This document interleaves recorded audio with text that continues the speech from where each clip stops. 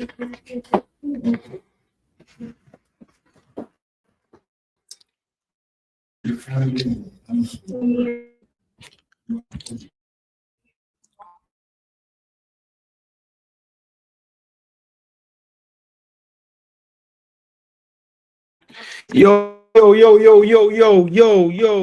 what's good, my people? It's boy Jason Gooner back in the building. And you know what time it is, people? It is another EPL preview show. First and foremost, I want to say Happy New Year to all the subscribers, all the watchers, even the ones that don't subscribe. We just want to big up everybody and their families in the Christmas and New Year season. Happy New Year to each and every one of you. We did not, for the first week in the EPL season, we did not cover it. Week 19 happened to fall right in the middle of the Christmas period for me. Had a great time with the family. We went down to Florida, saw some more family as well. The kids got to have a great time. They got a lot of gifts. We went to Universal Studio. We went to like a Top Golf place, had some fun there.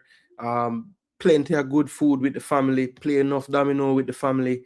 Very, very, very refreshing time that I had with the family. Now, my intentions were to do shows while I was down there. It didn't work out that way, people. You know that goes sometimes. You're just immersed in the family. You don't really get to see them much, at least me personally, the way my life set up right now. I'm kind of just in my own little bubble with my, immediate family. But Christmas time is when we all get together. So we want to miss too much of it. So we got a chance to get down there, and we're so thankful for that. Really feeling rejuvenated, refreshed, ready for all the challenges and the excitement and the adventures that are going to be in store for myself and my family in this coming year. So that's just a little bit about what I've been up to. Definitely been having a great time, as I said, with my family. Yeah, just really and truly just thankful, people. Just, I think every day you wake up, you really need to give thanks, because sometimes you don't realize, you might want more things in your life. You might not have everything you might want. But as long as you have everything you need and you have health and you have your family, believe me, people, it's one of the most fulfilling feelings, especially when you get to see that family come together, all the extended families all together, the generations coming up now. It's really heartwarming and refreshing. And I'm telling you, it's something that every Christmas season just kind of rejuvenates me, because I think just the strength and the love that you get around so many people that you have so much love for and affection for. You know what I'm saying? So yeah, enough of that, people. I could talk about that all day, because I'm telling you, it really did a lot for me personally, just to have that time with the family. Definitely missed doing this content though. I definitely it felt something was missing while I was watching the games, not checking the standings to see who is picking the games correctly and things of that nature. So definitely this channel and what we are building here has become a part of me, and something that I definitely thoroughly enjoy bringing you this content. And my hope is that when you watch the content, you can see that it is truly a genuine love for what we are doing here on the channel. All right, so again, I am Jason Gooner. This is Jason Gooner TV. We are showing this content on YouTube, and you know the rules of YouTube, people. When you check in, you have to like the video. You have to like the video. My New Year's resolutions, people, for 2025 is to make sure that I'm letting you know and reminding you about liking the video. The next thing, people, I'm going to ask more for you guys to share the content. The only way the channel is going to grow, and I plan to do so organically. I don't really try to use any other means really other than my own marketing, to share it to different groups that I might be in, obviously with family, of course, social media. So that's how you try to share your own thing. But if you guys, my subscribers, my viewers, people that I would think would want to see me continue to grow the channel, you guys need to share it as well, because we are probably in different networks, and that's really how these subscriber bases build. You have to just organically start to let more people know about it. And I think one thing that I've learned over the years is people that love football tend to find each other. So if you guys know the level of the conversation here, how it's football related, we're going to get into tactics, we're going to get into injuries, we're going to talk about the games, we're just going to have banter overall, as any fan would think barbershop. barbershop meets Sky Sports. You know what I mean? Somewhere in there, you know? That to me is what I try to bring to the table, and hopefully that comes across. So we're gonna continue to bring that content to you guys this year, full steam ahead. We have some changes going on in my life personally that will be happening pretty soon here. So we're gonna have a different look and setup once we get situated into the new spot. So yeah, so a lot of things in store for me and the channel, and we're just gonna continue to grow, as I said. But you guys have to help me out with sharing the content, all right? And the last thing, people, I looked at the monthly stats for the channel, and one thing, one thing that I noticed is about 39, rough anywhere between 35 to 40% of the viewers are subscribed. So we really appreciate those 35-40%. But 60 to 65% of the viewers are not subscribed. And I just need to let you guys know that if you hit that subscribe button, turn on your notification bell, I guarantee you, if you're a fan of football, a fan of this game that we talk about all the time, and sports in general as well, but a lot of it is football, you guys should subscribe to the channel. And the thing is, a lot of you guys that aren't subscribed are coming back again to watch again. So I don't know what it's gonna take, people. Maybe just not remembering to. Maybe you have so many channels you're subscribed to, you can't take even one more. I get all of those things, people, but trust me. The only about my content that people don't like is the time. That's the only complaint I've ever gotten about the channel. In terms of just what me speaking, me delivering the content, whatever I'm talking about, the time. People don't like that I always want to stream so late at night. But people, they say better late than never, and that's my philosophy. And it's always going to be, always, the scheduling is always going to be around the family, because that is really, you know, what's going on in my life right now. I'm taking care of the family. So, man's have a job, man's have his family, man's have YouTube. So we have to make the content when we can. Now today you get a lot of you get to today. It is what, 8:30. That is like that coming like a day show for me. If you know Jason Gooner TV, you know this is like a day show. So everybody who has ever said anything about the time, I'm gonna try my best, people, to get these shows, especially the EPL shows, earlier in the evening. All right. Of course, you know, my typical days to give you some other type of content is during the week. Normally I do a day show. So that's going to continue as we move forward, because it kind of works best with my schedule. So Wednesdays, Thursdays, you can look out for Reggae Boys, Reggae Girls, Jamaica football content. Those will be the days when I'll be able to bring that content to you.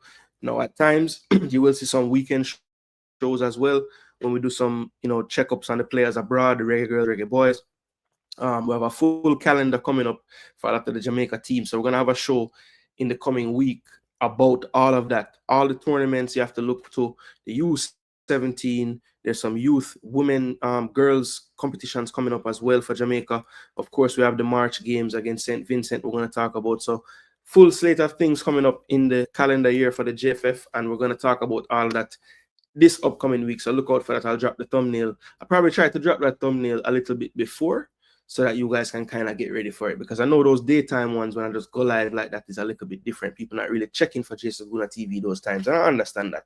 So we will try to prepare the subscriber base and the fans, the viewers, the followers, the supporters.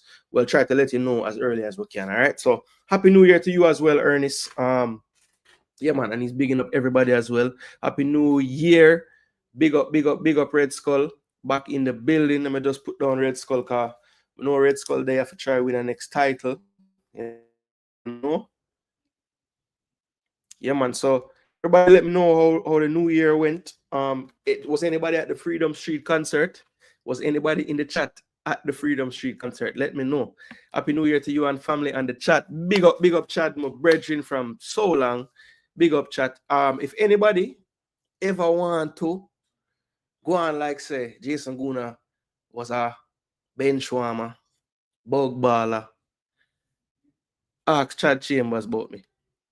Him can give you an honest assessment. And Chad, I know me in a football from me I play prep. From me I play prep school. So he would have a very good knowledge and he would be a good representation of my footballing level. Yes, he will tell the truth. Why barbershop man about Duke say him sort out himself, you know. Happy New Year and blessings. Bless up yourself as well, Corey. Bless up yourself. Blessings actually, blessings. What go on, my brother? Drop actually in the prediction. Drop Duke in the prediction. Yeah, man. I'm want to just big up them people specifically. Chad also. Chad, me never see you for a little while, Chad, but respect for being here tonight. Chad was one of the first couple people that kind of tune in and thing early on. So really, really appreciate that. Really appreciate that.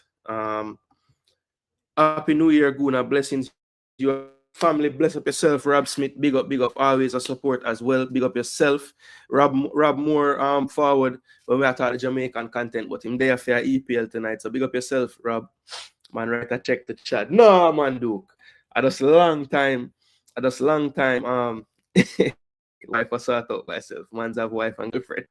True. Hey, Duke, yo. Big up yourself, Duke. Yeah, do you think? Man is a one burner. So it go, I retire my jersey. But you can, you know, well, Chad wouldn't really know about that part still. He know the ball part, but when I'm the next color them soon forward, I can tell you for ask them about how I move pan them. You see me? But those days are done, ladies. Don't get any ideas, you know. I'm happy and faithfully taken, you know. Asiguna said, good day. Hey, mate. Big up yourself all the way in Australia. What part of Australia are you in, mate? Big up and enough respect, Jason. All subscribers. I'm hoping to top the table for this year's. Yeah. That is the hope, you know. Ever clean. The ever clean one. So let me know if anybody did their let me know if anybody did their Freedom Street. Let me know. CK said chilling, never believe, you know. Big up yourself, CK. Big up yourself, CK. But no CK, they have to drop some score too, you know. So I'm gonna drop CK on the list. All right. Uptown man can't ball across your thing there. See, that's the problem with Ono Rob Smith. That's the problem. You know how much baller from Jamaica on miss out pan for help the national team and every team because them come them forward from Uptown and now give them a chance. Yo, I want to pre-it people. Enough baller on the miss because of that same thing. Because Rob Smith a laugh. Him serious, you know. You see you, Rob Smith, from prep to university, still await on the direct deposit. Chad, you go on in a chat. You see Duke now go know say a joke here running up. Yeah, man, me read that already. Duke with him wives and concubines, you know. Where say CK need for calm. Yo, the city, you see them two city fan, yeah? It's a hilarious thing. Oh, big smokes. Big up yourself, smokes. I know stay there, Sydney. Big up yourself. Smokes name Jason Gooner now, you know. Gonna start give my hope, you know, every day. Jason Gooner cost me. I thought about Arteta no good and this ball no good and yeah man, from what they do, it's like he must see the light, you know. My sister we can maybe do a thing, you know. But we shall see, people. But yeah, man, I could get right into the ball game because we say one burner, you have to start Sunday dinner on Saturday. Yeah, bro. So it go. One burner life, you know. Me and Cartel and a lot of and Rob Smith. Red Skull. I dead with laugh. Cooler Skull. We say Arsenal win. Yeah, man. Yeah, but Red Skull, may I tell you the truth, man. Asiguna, him skeptical, you know? Him skeptical of the whole thing. So I have to try to show him, say, yo, I think can go on, you know? Yeah, man. All right, so first and foremost, you know, people, we miss a week, right? So we're not going to review the entire week, but we're going to pre the table before we do anything. We're going to pre the table, then we're going to just look into the press conference then from today, see if we can get any clues about anything, you know. It's forward, birds. Yeah, man. You can know. Yeah, yeah. Big up yourself in a game, birds. Happy New Year, you and yours, you know. Yeah, man. All right, so I could real quick. First and foremost, everybody is happy with them side over the Christmas period. I know Chelsea fan them not pleased. I know the United fans them not pleased. City fans them, well, I mean, I know. If you ask actually, him don't know what to say. CK, I say, yo, them are gonna turn the corner. So CK is a what I call it now, optimistic fan. Similar to Red Skull for Arsenal. One chip look like him quick and snappy, 9 out of 10. Brother, the first thing me see when I look on the game, I actually go back and watch the game, Rob, because me say me did kind of busy with fam, so I really just watch the Arsenal game, them. You know, and every other game I prep on phone and I go back and watch this Villa game, brother, because I have to see how the man compile them stats here. 9 out of 10 dribble, and I think the ground duels was a madness to like 10 out of 12 or some madness like that, brother. I said, Jano, at the first, I've never seen stats like that for Bailey. Never. Never. Never. I've never seen it. I've never seen it, Robbie. If you have seen that before, let me know. But I was like, whoa. So yeah, that was big. That was big that he was able to pull off a performance like that. Because that's mainly what I think been missing in Leon's game this whole season, actually, is just the explosiveness. Like, it's just not there. You know, the season first started, it was there, then he got the injury. And even when the season first started and preseason, it never really looked all the way, you know. And you know, this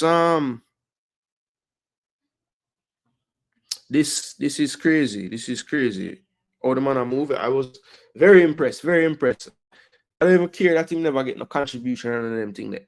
9 out of 10 dribbles, brother. Because that's when I was looking at him struggling, I would look at the dribbles completed. I'm thinking, this man only attempt like one dribble. Like, how is that possible? And be a little way football. Attempted? No, man, something wrong. Yeah, man, 2 tackle as well. Crazy.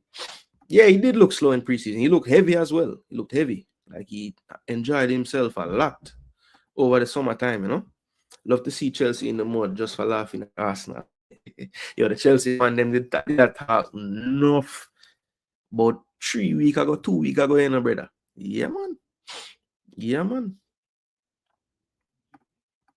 6 for 10 for the Christmas. Winner or draw. Okay, Chile say a 6 out of 10. Yeah, me I give Arsenal 10, you know. Yeah, me see them 2 times. That's all we can ask for. Honestly, a wrong time in card for him because he moved like he want Arsenal this season. Again, I must say I double them look away last year, you know. We'll get 1 over them already this year. We're gonna see how the next match go. In it, 1 in the last game, you can see that Bailey was going to have a good game. Yeah, actually, the thing is he's very in that way.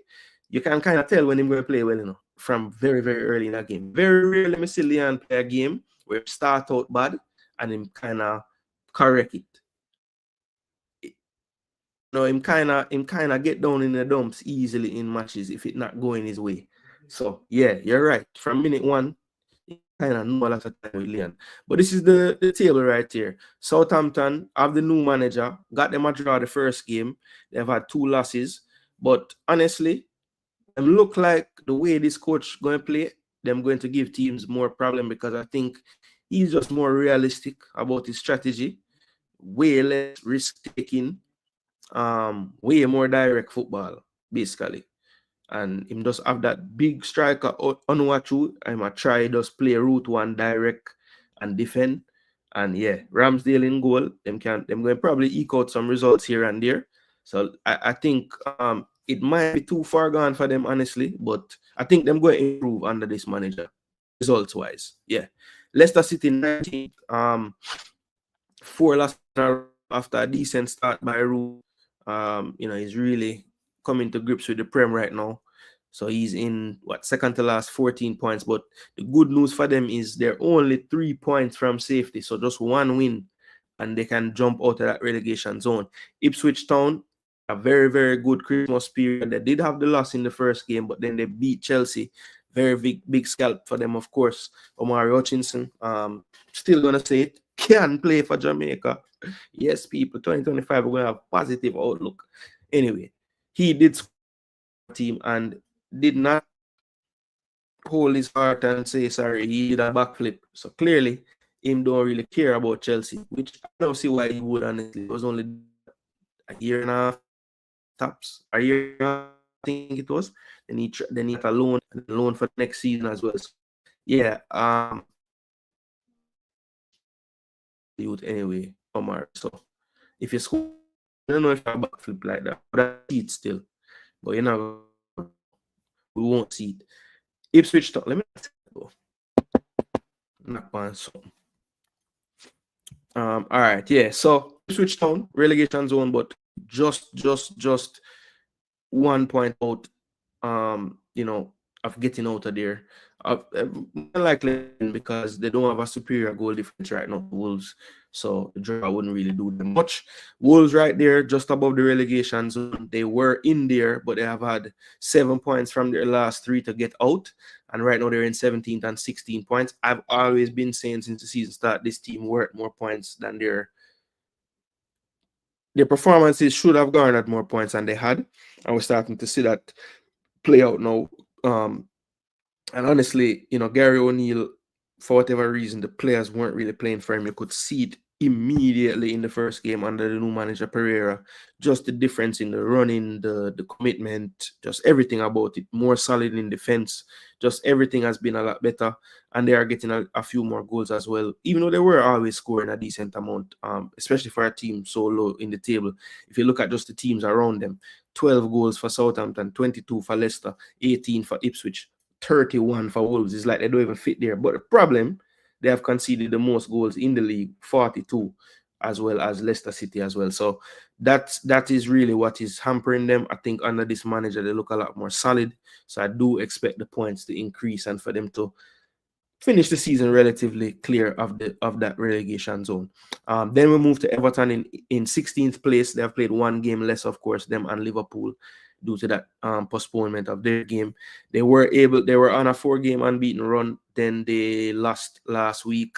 So they're on 17 points in clear of the relegation zone, but not far off of it. So they need to get some more points. This is a team that I did say would get relegated. So just for me trying to be a genius, I'm going to say Everton start losing again so I can be proved right.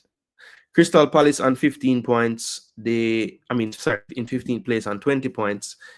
Man U, here you see 4 out of 5 losses. The 1 win coming over Manchester City, ironically. But 22 points for them. Right now, they're in 14th place. Seems like they have been hovering 13, 14, 12, 15 for a long while now, Manchester United. Up to 9 losses on the season already. So that's a lot in their first 19. They're basically half. West Ham United in 13th now and 23 points. They have had a decent turning form lately, unbeaten until their last game last week. 2 wins and 2 draws before that loss. So not too bad for them. Brentford, 24 points. They have struggled lately. Really starting to ship in the goals, the conceded goals. And they are now still in 12th, but only 24 points. And as you can see, from 11th to 15th, all only separated by 4 points. So really and truly, one of these teams win, the rest of them around them lose. They're all the way up to, approaching that 11th spot, close to the 10. Then we have Tottenham, 24 points, also on 9 losses in 19 matches. So they have had a lean run of games as well. 3 losses in their last 5, only a draw and a win other than that. Then you have Brighton and Hove, who I think has really had the biggest drop-off based on what they were doing prior to this recent run of form. 4 draws, no winless in their last 5. A loss to go with that 4 draw. And 27 points in 10th place. A few weeks back, of course, on the review show, I put the top 6 teams. I'll put a picture of their fixture, and Brighton was on that page, I don't know, maybe 2-3 weeks. I'd say, about 4 or 5 game weeks ago, they were consistently in that top 6. Now you see a run of form like this, they're all the way down to 10th. Aston Villa as well, been up and down, win loss, draw last week. 29 points for them in 9th. Tied with them on points is Fulham, 29 points as well, unbeaten in their last 5. Only 1 win in that though, so they would like to convert some of those draws into wins, I'm sure, if they want to think about cracking that top 6 or even dreaming about the Champions League. Then you have Bournemouth, 30 points, unbeaten in their last 5 as well, but 2 wins and 3 draws for them. They are in 7th. They have been hovering in that 6-7 spot the last few weeks, but Man City passed them last week due to them winning. They're now on 31 points, back into the top 6. Last 5 though, 2 draws, 2 losses. That was their first win in their last 5. Then you have Newcastle United, 4 wins on the bounce, probably other than Nottingham Forest, the hottest team in the league right now. 32 points for them in 5th spot. Then you have Chelsea, who finally, after a very good run of games, had a little dip in form, drawing 3 matches ago, and then losing their last 2. So now they're in 4th on 35 points. So they have been second for quite a few weeks before this. And then you have Nottingham Forest in 3rd. They are the form team in the league. 5 wins on the track, 37 points for them. Definitely under Nuno, really getting a lot out of this team. You have to give them the credit. Then you have Arsenal in 2nd on 39 points, 3 wins on the bounce for them to go with the 2 draws before that. They are on 39 points, but they are still 6 points behind the leaders with a game in hand, that is Liverpool. They have the same form as Arsenal for the last 5, 2 draws and 3 wins on the bounce. Just looking like a juggernaut in attack right now. The leading goal scoring team in the league with 1 less game played. And I believe they're about 4 goals clear from who is second to them, and that is Tottenham on 41 goals. So just 2 teams have 40 goals or more this year. That's Tottenham and Liverpool. The difference in points definitely has got to do with how many they have conceded, because Arsenal and Liverpool both have the least goals conceded in the league. When you compare that to Tottenham, who have conceded 28, 11 more, that basically makes up the difference in the points and the table between those teams. So that is the top 20, or that is the Premier League table right now as we stand. Of course, it's the top 20. There are 20 teams. So yeah, just wanted to show that before we jump into the news for the week. We did get some news from the press conferences today, so we just want to talk about that. Let me check in with the comment section really quickly before I do that.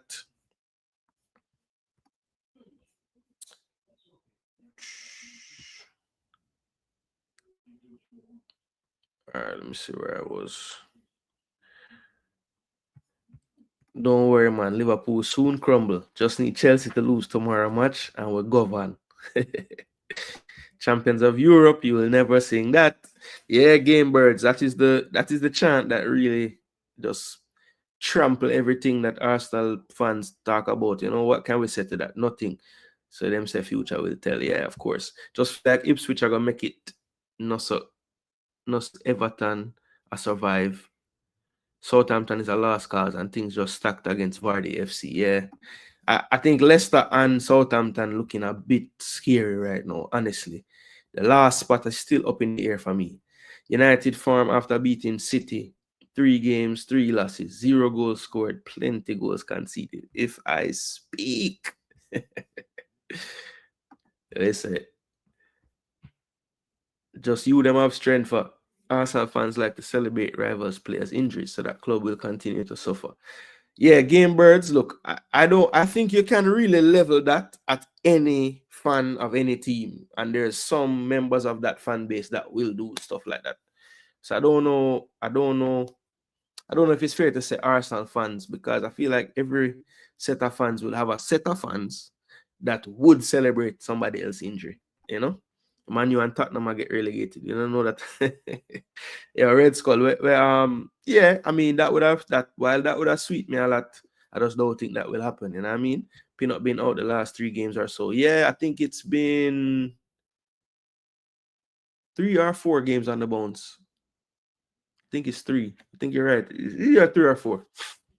either 3 or 4. But to be fair to Brentford, they were conceding with Pinnock too this season. They haven't really been that good defensively. You mean other team always celebrate Arsenal injuries? Yeah, I think there's always members of fan bases that celebrate that stuff. You know what I mean? If Saliba never injured last season, we win the league. You mean the season before? You mean the season before? Saliba played every game last year. Yeah, the season before. I feel like you might be right, to be honest. But who knows? Actually, I did laugh. That shit player Kivior cost us those games. Remember that? Road to UCL, you know.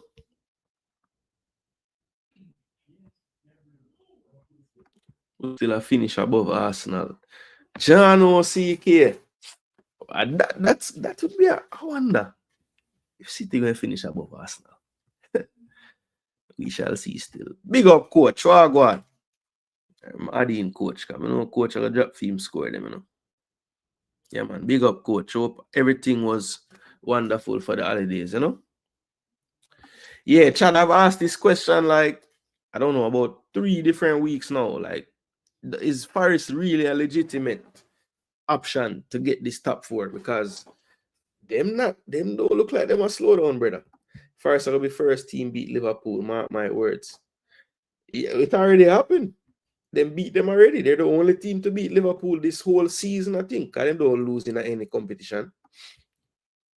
Honestly, think Forest might get ugly spot if the EPL gets 5 spots. UCL spot. Okay. I wonder what ugly mean. Jason, are the 3 of them that come up last year, they're the foot of the table, you know. Yeah? Are the 3 championship side them, and last year it was like that. Championship team them go right back. So yeah.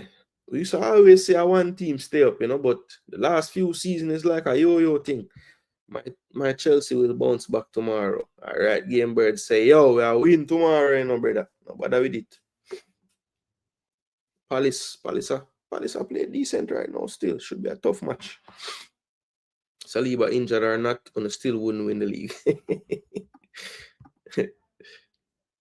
Chelsea now make top 4.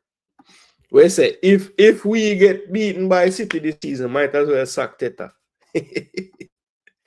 Game Birds. So go on chat. Yeah, man, that is it, people. That's why we love the content. You see the banter in the comment section. Yeah, that is it. That is what we love. Big up yourself, Nigel Garden. Yeah, man. Blessings every time, bro.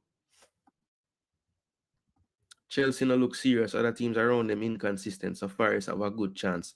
Yeah, I think I agree with this, you know, because it wasn't always bound to happen, bro. Chelsea's defense is weak, man. I'm telling you, they don't have the people. And it was looking like Fofana was gonna be a beast this season. And now he's out for a while. So I don't know, brother.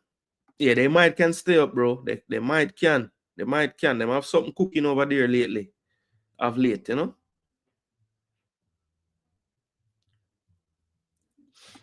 Yeah, man, Game Birds. I don't think they make the show nice, man. The people them fair cost them one another. I mean, with respect, of course. And for the most part, I have to rate my subscriber them and comment at them because we never really have to block no people, and people them just drop them banter in good fun, and you know. Yeah, man. I saw ball talk for go on, man. And, this thing, I mean, yeah, it's serious to a point, you know what I mean? But it not fair make you want war people, and you know. I write your name down, you know, and Happy New Year, you know. But I say every week me do this. You never give me the whole I pick them. I may have a slot just empty off. But it's all right. I go keep the faith. I'm going to put your name every time I see your comment. And one of them there, even if you're not done in real time, you're going to know, say, I can just keep the comment, drop the comment in the comment section, and me put it in. See it? Yeah, man. Palace are humble, you know, tomorrow. Yeah, unfortunate, you know. It was. Blessings and Happy New Year from Punrai. Yeah, man. Bless up. Respect. On the fun side, Man United are closer to Ipswich than Arsenal. Yes, that is true. That is very true. Yeah, man. Keep it respectful, man. You can't find creative ways for banter each other, man, without tell a brother, you know have to take it to popcorn levels. You know what I mean? I don't know what I talk about. But name humble boys, get humiliated tomorrow. Yeah, pristine. All we are big people over here. True. That's why it can go on. So we say active.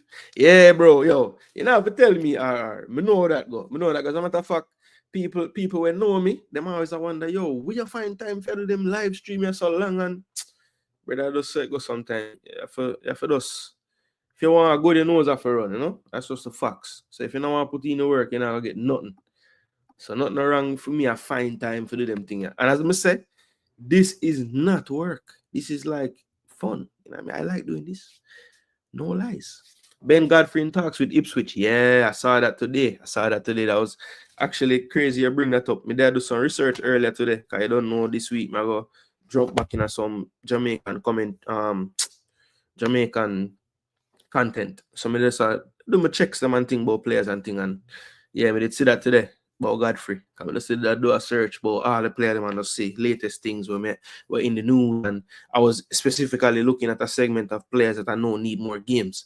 So it's like looking for any news on like Isaac Hayden, Ben Godfrey, who's another one I was looking at, Keenan Davis, because him time kind of gone down a little bit at Udinese now. So may I see if anybody I look for bringing me in for anything. Damari Gray news as well. Yeah, so Godfrey was on the list of things that I was looking for today. Right now we're out for dinner, so may I peep. Yeah, don't get catch RR. But again, RR, if this is not the time, bro, and you want to drop your scores, because I always, when you're there, you drop your score. But I know you can't stay the whole time. But when the show done, when you have the time, obviously before the game, them kick off, just drop in the comment section the score them, bro. I'm adding. You never know, you might win. Or you might get donkey. I don't know. But that's for us, Clarendon, Cloudy. Big up yourself, Sherman. Big up yourself. Happy New Year to the boss, them. One done from Clarendon. Yeah, man, bad table manners. Don't get catch. Respect everyone. Yeah, man. Full respect, brother. We can't hate them side, and we don't hate the people, them. We just hate the side. We just not like Chelsea. We not like United. We not like none of them side. Yeah, man, like up the stream, man. Them for do that long time. Red Skull Arsenal will never win a league with that fraud. Yo, I just have to laugh. Told my barber, Man U is no longer a big club. Man nearly ball, whereas he was in the jersey and our customers were telling him to take it off. Brother, me not tell my barber nothing like that when him a trim me still, You're brave. Man U will get for them fair share next week Sunday, but it's one game at a time, so we will see. Yeah, FA Cup weekend, Okay, boss. Yeah, man. Just do that, man. Yeah, Game Birds, him brave, brother. Me not tell me about that. When him a trim me, you mad? Or before him trim me, because when time I sit down now, him say, where did I say over there? Just gone with peace out. Heard something about the Margaret of Fulham. Need to, yeah. Yeah, that is another one that I saw today making the rounds in multiple places as well. So it sounds like it has some validity, because a lot of steam it again lately. So at the very least, it's good news that a club looking at him, because most of the time them thing they forward like domino, like from one club I look, then you start here other club and save the tears for the pool game. All right, let's get real quick. Let's just take a check into the team news. The most recent team news that would have gotten from today's conferences and everything. All right, so the first one, Fofana and Badiashile ruled out. Then you have Gomez out for weeks with the hamstring. Related news to that, I know that Konate back in training. So in Liverpool fans, looks like, one first, almost first teamer in Gomez leaves. You have, Kwanzaa hasn't really been pulling his weight this season like last year, looking like him, still a bit away from where they want him to be. Probably would have been him and Van Dijk having to play, but they said Konate was on the grass training with the team today. We'll see if it's too soon. But good news for Liverpool fans is that Konate is back in full training. Torres ruled out for 2 months, so that's big news out of Aston Villa there. Mings has been on the bench for a while. Maybe he'll get back into the team. You also have Diego Carlos who can play as well alongside Konsa, so we'll see what Unai Emery wants to go with. Then basically updates on all the Arsenal players. Havertz looks like he's going to be recovered fine. Declan Rice basically has had like niggling injuries basically this entire Christmas period and the December period. So, his absence from the starting lineup last game was really more trying to manage that. Ben White looks like he's going to be out at least another couple of weeks. And Sterling, it's basically looking like he wasn't as bad as feared, and he was supposed to be training today with eyes on being available for the weekend's match, tomorrow's match. Then Kadioglu is going to be out for longer for Brighton. Also, Welbeck is still, could be days, could be weeks, could be a month. So a lot of up in the air with Welbeck. So any of you fantasy people that were looking to bring him back in the fold or whatever, don't pull that trigger just yet. Looks like he's out. Udagi, another fullback from Tottenham, bites the dust.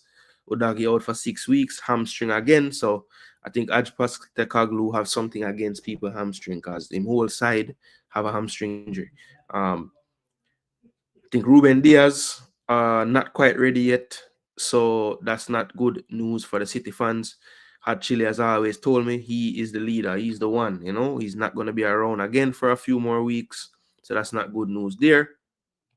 Then Bowen has a fractured foot. So he's out at least, I would say, 3 to 4 weeks, right? So that's not good news. Could even be longer. So that's tough. And Saka out for more than 2 months. Yeah, so we knew that news already.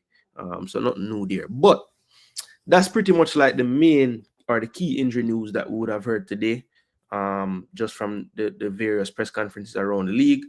So now that we have checked in with that, let's just take a look at the fixtures now, people. So that if you are not new to the show, you know the format. We'll bring up the stuff.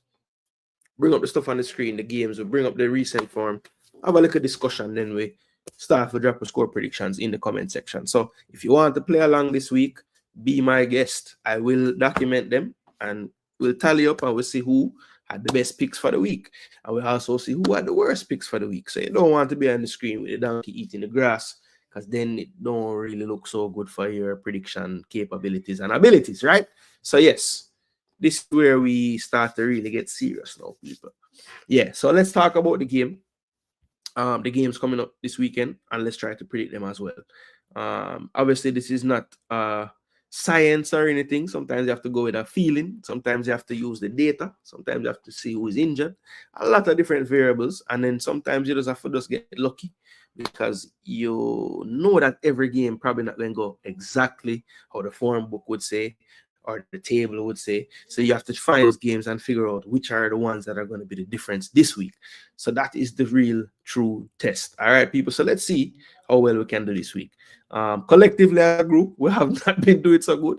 So I don't know if that's a reflection on the person who hosts the show or the people watching the show. But either way, collectively we need to do better. All right. So that's the goal. Some better weeks for the people picking on the channel. All right.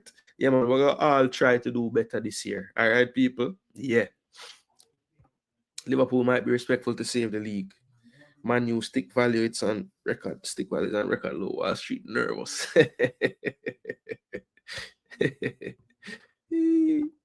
Bless up, float. Yeah, man. Respect, bro. Happy New Year to you as well. Yeah, man. But I need float. No float to drop a score or a few. All right. Jaguar and Diego Carlos kind of wild in my opinion. Yeah, I don't think it's just your opinion either. I agree with that opinion. He is kind of wild.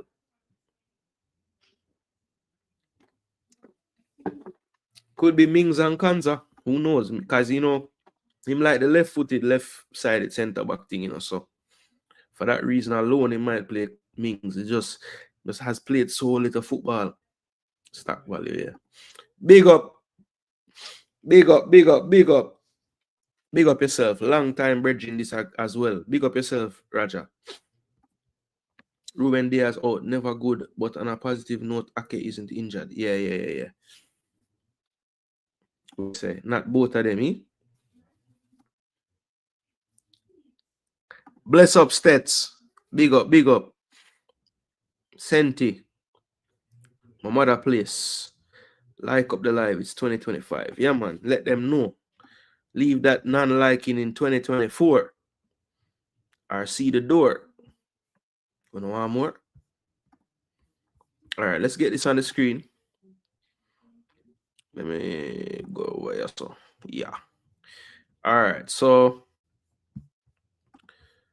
let's look at the first game, and it's a cracking fixture, people. So these are two of the higher scoring teams in the league.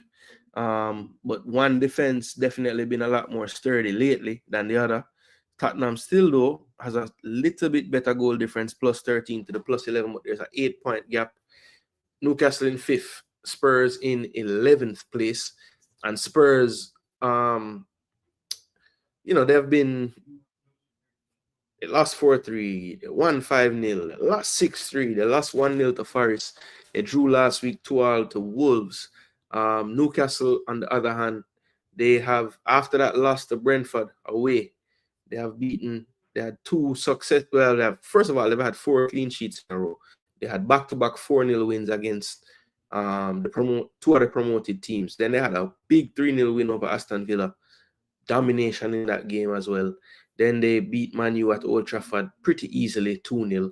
Could have been more. And, Man U had their chances here and there, but they weren't able to take them. And I thought Newcastle definitely were the better team on the day.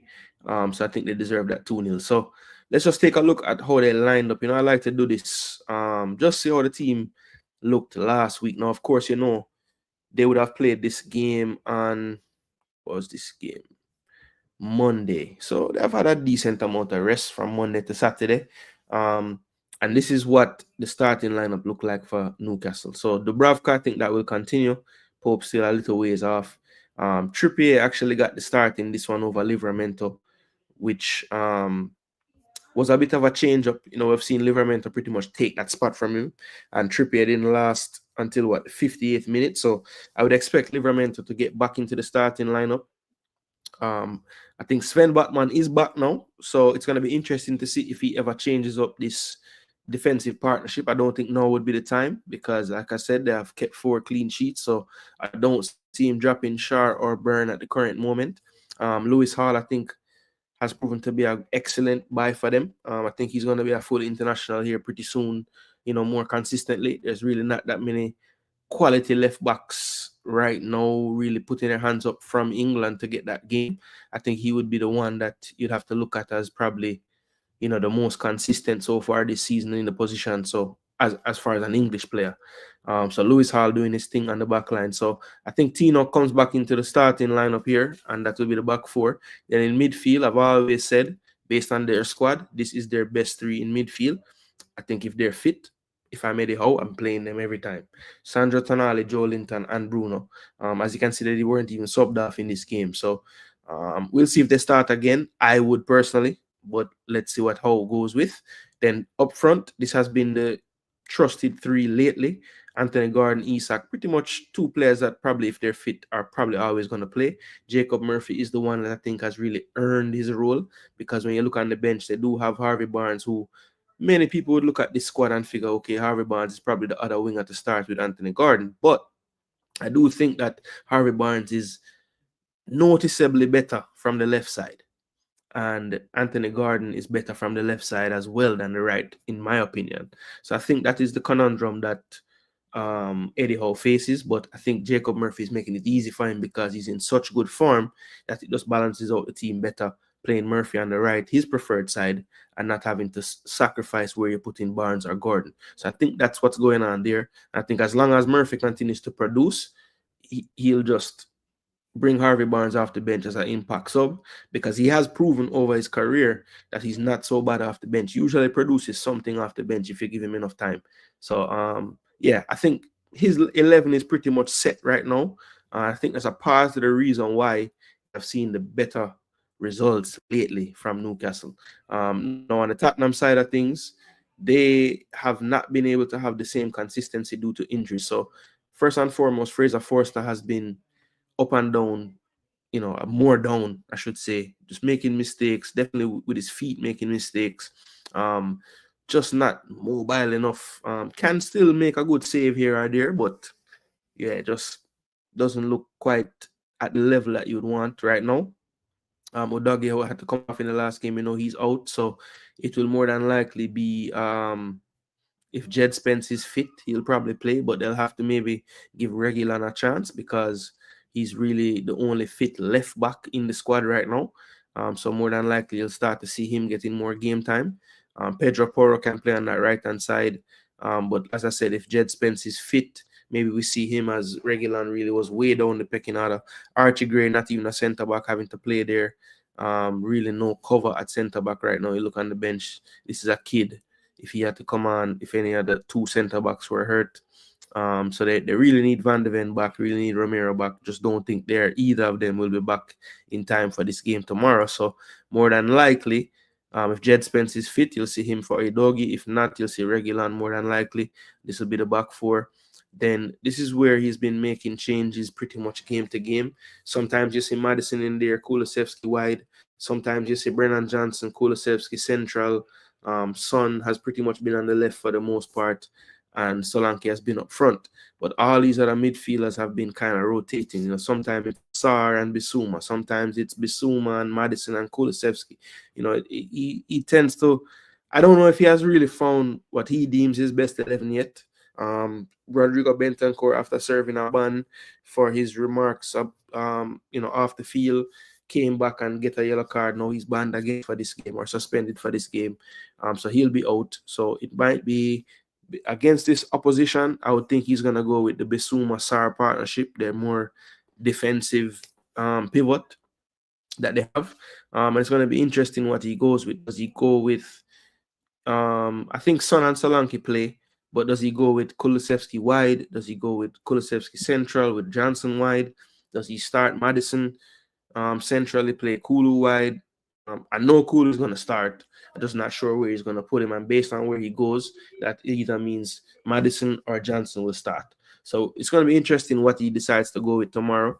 But with all that being said, I feel like Newcastle is just catching this Tottenham team at a very good time. I don't think Dragusin and Archie Gray is going to be able to handle what Isak and the rest of that front line is going to bring.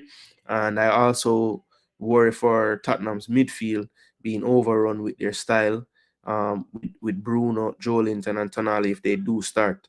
I just think that's going to be too much in midfield for this Tottenham team. So I know in a game like this, high-scoring teams that can score goals, I tend to lean towards the home team sometimes, but I just feel like Tottenham right now just can't handle what Newcastle are going to bring. I think the best they can do out of this game is get a draw. And because I don't wish the best for Tottenham ever, I'm going to say get a goal because they're playing at home. I don't think the fifth clean sheet in a row happens for Newcastle. But I'm going to only give Tottenham one goal. I'm going to say they're going to lose the 3-1. Actually, you know what? 3-2. I think Tottenham might even get 2 goals. So 3-2 for Newcastle is what I'm going for in this first match. That's my first pick of 2025. Come on, don't let me down. Newcastle versus Tottenham, 2-2 the Jaguars. All right. Big up yourself. 5-1 Castle. Yo, Skull. Skull, no mercy. 3-2 Castle, said Chaddy. All right, Chaddy out. You know good score, Chad. 2-1 Tottenham. So CK say, yo, Spurs are going to find something that weekend. Yeah. At Chile say 4-2. Could I say a 4-2 as well? But I stick with the 3. 3-1 Newcastle. So people liking the form of Newcastle of late. Yeah, I think I have to agree with a lot of Uno here because just don't see Tottenham,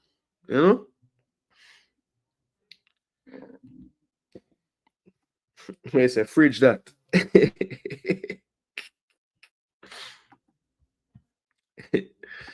3-1 Castle. So I think only CK out of everybody. So and Game Birds as well. So if Tottenham win, people, CK and Game Birds gonna lead first.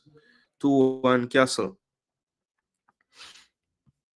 All right, Javari said draw a match. That not good enough, Javari. Make we know a score. Tottenham only have strength for teams and form. Yo, Tottenham is weird, bro. I swear. Like, Tottenham is the type of team that show up tomorrow and I'll drop 4-2.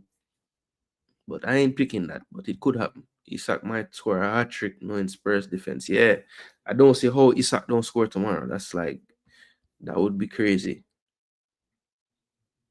We say feel is a 3-2 Castle, but you're gonna say 2-1. All right. No problem. No problem. Yeah, the one score when Chile said 4-2, man, I think I'm gonna say, yeah, we kind of like that score them more, but allow me 3-2. Allow me 3-2. So me and Chaddy, if it got 3-2 Newcastle, we get a extra point, you know? All right, so that's the first game. I think it should be a very entertaining game. I always like when the first game of the day, the only game, is a nice fixture because kind of just set the mood for the day. And this should be an entertaining action-packed game for sure. All right, let's move now to the second fixture or the 10 o'clock fixture. So there are 5 fixtures at 10. I'm just going to go in the order they're listed here. So we have Aston Villa versus Leicester from Villa Park. So 9th place Villa taking on 19th place Leicester. As I said, rough going for Leicester lately. What's that? 1, 2, 3, 4 losses on the bounce. A draw before that to Brighton. Villa as well, up and down. So win, loss, then a draw last week. So haven't really been able to find any form in the Premier League that can keep them with a sustained push back for that Champions League place they were able to get last year.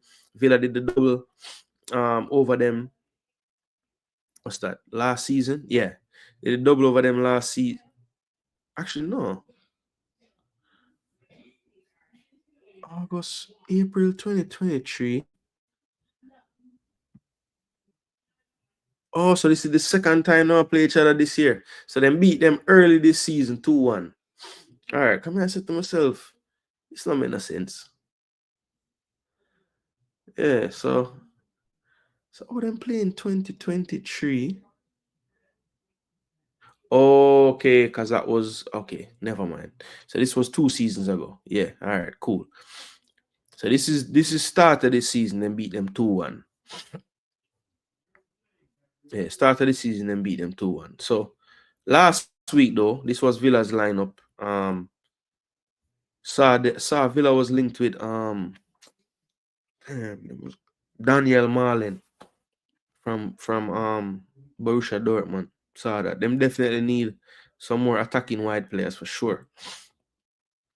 All right, so this was what they started with last week. We know that Paul Torres is down. You know, he had to come off in the 20th minute. And when he did come off, it was Mings who came on to play with Diego Carlos. Of course, Kanza was playing right back. So that could be the starting back for this week. I think Digne pretty much solidified his spot over Matson at left back. Would be surprised if he doesn't start this game. Then in midfield last week, he went with Kamara and Tielemans a little deeper in the midfield. Played was McGinn playing centrally or Rogers? I think it was Rogers that was playing kind of more central, and then he had Leon. And up front, of course, Ali Watkins played due to the red card for Duran. So we'll see Ali playing again. I think it's a 3-match ban Duran got. So I think the FA Cup game will count. So the next Premier League fixture will be mid next week.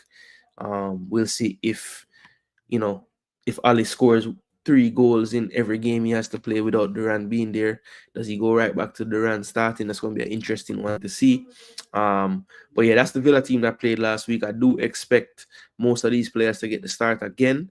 It's a game at home against Leicester, so I would be surprised if he went with Onana, Kamara, and Tielemans. I think he is going to play, the more attacking-minded player in the pivot. That would be Tielemans, and then it's going to be interesting. I think Bailey starts based on how he played last week, I think he will start again. So I would be surprised if much changes from this 11. Just the only one, the obvious one, will be Mings in for Torres. And, I could definitely see a similar starting lineup to the one we saw last week. Then on the other side for Leicester, this is what they took into battle against Manchester City. They actually didn't play badly in this game, people. They did have a threat. I thought this goalkeeper looked way better than what him name Ward, the last man they were using. He was terrible. My word. But yeah, this guy looks better. It looks like Hermanson not going to be back in time for tomorrow either, so he'll have to probably play again. Then on the back line, I think this is where Rude is just not finding what he really wants, because when he came into the team, Okoli and Fuss were starting. Fuss was injured for this game, so I can't blame him not starting on Rude. But another player who has been starting since Rude has took over is Connor Cody, who was getting no game time under the previous managers. So it's just interesting to see when different managers forward, like who they deem to be the better players. So your guess is as good as mine, people. How I'm going to set up tomorrow. I've seen him play a back three system since he's been there. I've seen him play back fours. I'm not sure what he's gonna do, honestly. Same thing with the attacking players. I don't really know who he's gonna play. All I know is Bobby Reed ain't gonna start because this man don't want to play Bobby Reed. None at all. Man came on and gave him some crucial point winning performance off the bench, and him still couldn't get a start. So I just don't think he sees him as somebody in his big plan. The youngster Alves played off the bench. Patson Daka got in. I know Jordan Ayew will be back, so maybe he will feature somewhere in this game as well. But for me, I think it's Aston Villa, even though they're on this lean run of form, I think they're getting a good opponent to try to just get some kind of positivity going on at the club right now. And I think they will be able to do so. For whatever reason, though, Aston Villa don't keep clean sheets, so I don't think I'm going to do it either. And I have a feeling like Leicester not going to get bag up because they played decent against City, and I think they'll play decent or just good enough tomorrow, but I don't think they'll win. So I'm going to say 3-1 to Villa. 3-1 to Villa. I am on the Premier League official site. Yeah. But actually, I think it's Fantasy Premier League, but yeah, I'm just looking at the Premier League side of it, not the fantasy side.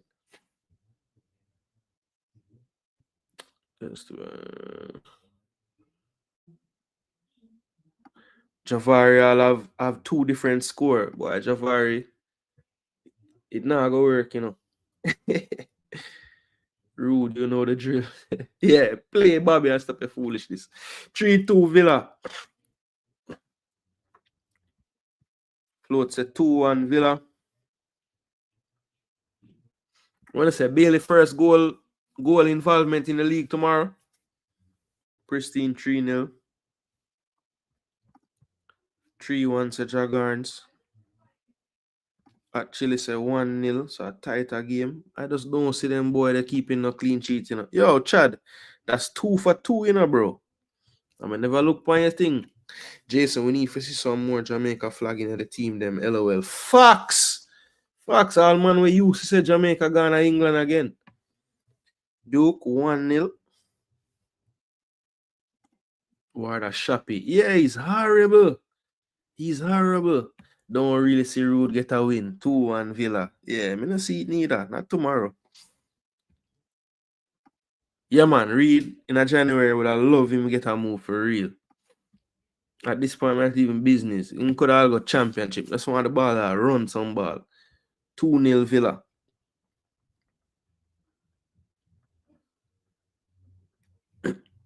Maybe him could have go like a Southampton or what's the next team? I kind of just not have no options on them thing there. I say Southampton. He could have got a Brentford too, because I think them really getting what they want out of Carvalho and some other attacking players where them have. If Mings catch a form, them can go on with something. Yeah, we'll see. We'll see. I mean, Mings just need reps because a long time them man not play ball. Why if I look panting? Bailey stocks are falling. Yeah, he must go forward with some more game like the last one, you know? I know, I not even know what me say. Look panting. I don't even know why I try to figure out why me get why. Alright, Javari, give me a score that time, yeah. So I don't know Javari. If you just pick the score with me like the most for the first game, can you put 1-1 draw or 2-1 Tottenham win? So which one me for put? I don't know. I can't guess. You said you look on the pan thing. I look on the man thing. Oh, damn. That not sound good at all. That not sound good at all. Why? Lava splash. Fire for that. All right, so Aston Villa Leicester. Everybody pretty much thinks the same as me. Aston Villa win, but it's the Premier League people, you know. As I said, there's always gonna be one that's like, what? How that game they go so? Bournemouth versus Everton from the Vitality. So we have Bournemouth in 7th.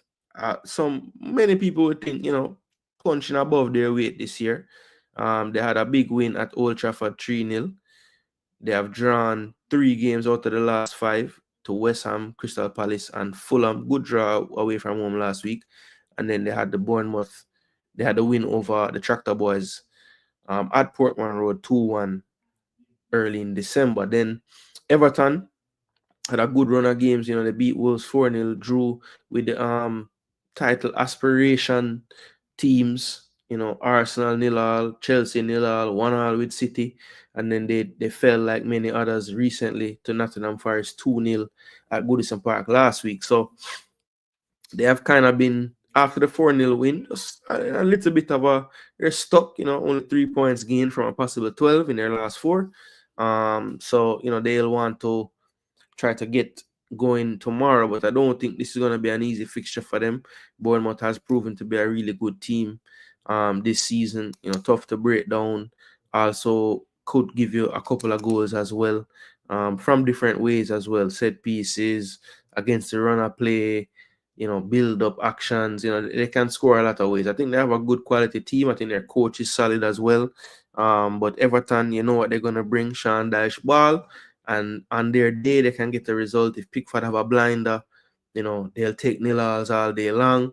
So, yeah, I think this game potentially could be a low-scoring one just because of Everton's style. But we shall see. I mean, Bournemouth, you know, we saw Evan Nielsen get on the sheet last week with a nice couple. Well, with 1 goal. And I just feel like Semenyo back into full form after his time out. You know, he's looking more dangerous. I just think Bournemouth gonna be a little bit more for them on this occasion. Don't think Dwight McNeil is still back yet. Again, I think he's a big component for what Everton can do in terms of the attacking side of things. And they're having to rely a lot on NDI to do everything in terms of attack. And sometimes he just doesn't have enough help. So I'll give the edge in this one to Bournemouth, but I do think it's gonna be low scoring. So I'm gonna say Bournemouth actually win this game 1-0. Yeah, low scoring affair. Pickford makes some big save. So 1-0 for me, people. 1-0. 1-0 Bournemouth.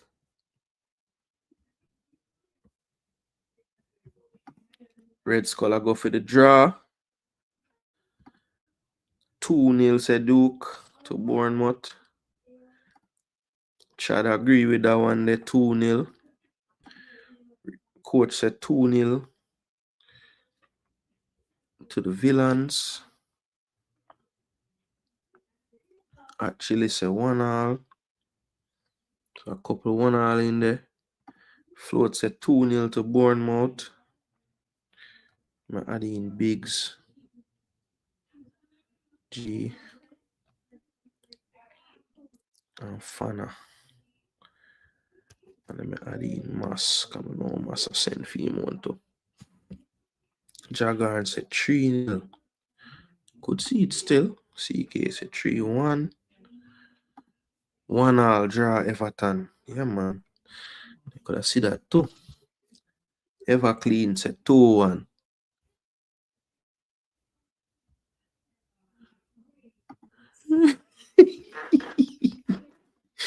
Going on, man. So, maybe I want general. Yeah, man, I rate him, man. Him there not like what? 1, 2. Him there not every fantasy side I have. On the budget fantasy and the draft fantasy. Him depend on all of them. Everton win 1-0. All right, Jovari. Drop a madness. So, I'm going to say 2-1 Tottenham win, for the first game. But nah, put the draw, Because that's the mother one. 2-1 to the Cherries, say Birds. All right, I say a word, brother. All right, so everybody were there, I'm having a lock in. So let's move on to the next fixture, which is Crystal Palace against those Blues from Chelsea. So Chelsea, from second to fourth after their recent results, 2 losses, 1 to the Tractor Boys at Portman Road, 1 at the Bridge to Fulham, dying to a late goal from Rodrigo Muniz there. And the game before that could only muster a draw against Everton when many were laughing at Arsenal for drawing with the same team. So yeah, that was kind of funny, I thought. And it's fine. It's kind of funny to me that this recent dip in the form is pretty much coming right as I was beating the coach for, shying away from saying his team was in a title race. At the time when he made that comment, I want to say they were only like 2 points off Liverpool or something like that. Obviously, the game was in hand, but it just felt, I mean, I get it, right? It's early in the process. He's been throwing word at everybody. Well, basically Arteta since he's been there, because he always says he's been there 5 to 6 months in this process. Other teams are there 5, 6 years. Now, I don't know why I'm trying to act like we don't know who I'm talking about. There's only one person really been there 5 years, and it's Arteta. So I don't know why him are going like we don't know him at about. But anyway, I just found it kind of fitting that the drop in form kind of coincide with him like shying away from being in the conversation when, brother, you're in the conversation. Like, you can't take yourself out of it. You have to acknowledge it. It's there. Yes, you might be ahead of schedule, but you're there. So you can't go on like it's not happening. Anyway, this was how they started last week. This was a 2-0 loss for them, as I said. This is Ipswich. Let's look at Chelsea. So they made a switch at goal. And this was something that a lot of Chelsea fans were quite upset about, actually. A lot of them were cussing and saying that Sanchez no good. And then they turn around and cuss when the man tried the other keeper. So I don't know what to tell. Fans are very thick. You know what I mean? Disasi had a big mistake in the last game. He was starting at right back, of course. I think, Malo Gusto.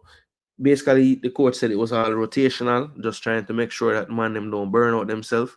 Reece James was back, but obviously not fit enough to get in the game time. He was just on the bench. Then they had Cucurella, who has pretty much been the left back. Tosin and Levi played in the center.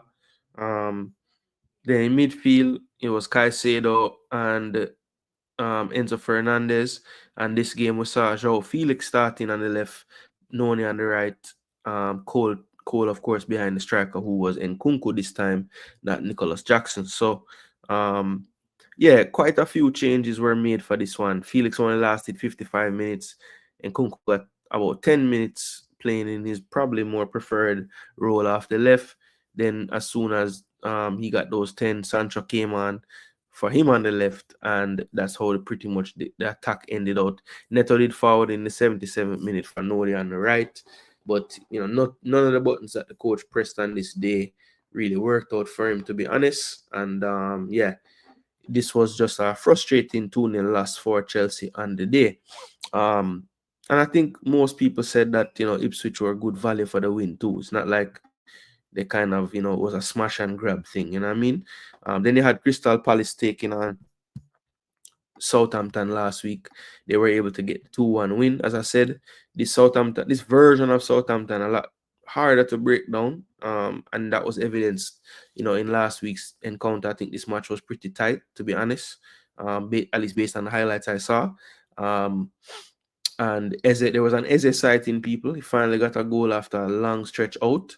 Wonder if that will kind of propel him to, you know, find back some form like he had last season. Do think there's a quality player in there. Chris Richards got I think it was his second start in a row. This time he was playing in the absence of their captain, Gehi, who I believe was out with suspension, if I'm not mistaken. Then Chalobah started as well this time after being benched for Chris Richards the last time and got a goal as well. And Lacroix has pretty much been a staple as well as Gehi. So Richards and Chalobah is going to be interesting to watch them battle it out for that other spot on that back three. Then, you know, Munoz and Mitchell pretty much the wing back first choice. Hughes and Lerma has been the starting midfield choice. Sar, Eze, Mateta, very quality lineup there. You get speed, you get some power, and you get, you know, skill. You know, it's a good balance of players in this three. And I think the way that Glasner plays with that like 2 10s, I think Eze, it suits the role of him very well. But what I love about the way Sar plays the role is he's not scared to go beyond Mateta. So it's really like almost 2 strikers at times. So yeah, I like the setup that they have. I think they're kind of, you know, getting better under the manager this season because, you know, some of the pieces did change. And I think maybe where Olise and Eze really fit this setup a lot, he's had to kind of tweak it to make it make sense for Sar. And I think he's been able to do so lately. I have seen Sar's production increase, just his overall game increase. And I think Mateta slowly but surely trying to get back to that end of last season form that he had and what he carried into the Olympics. Yeah, so Palace, I think, a dangerous team right now. I think that they definitely are on an upward swing in their season, whereas Chelsea might be, you know, not so much in that same area. I think for that reason, I'm gonna not give Chelsea the result in this game. I'm gonna say that the slide is stopped slightly. They don't lose, but I think Palace does earn a draw for this one. So I'm going to say a 2-2 draw for this matchup.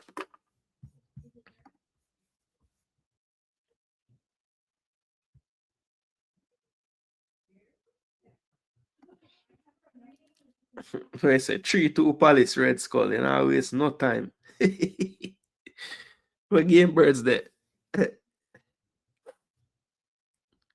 3-1 Chelsea. CK. So the Blues bounce back, say Chelsea and Jaguars. 2 losses behind them. Chelsea fans are bitch.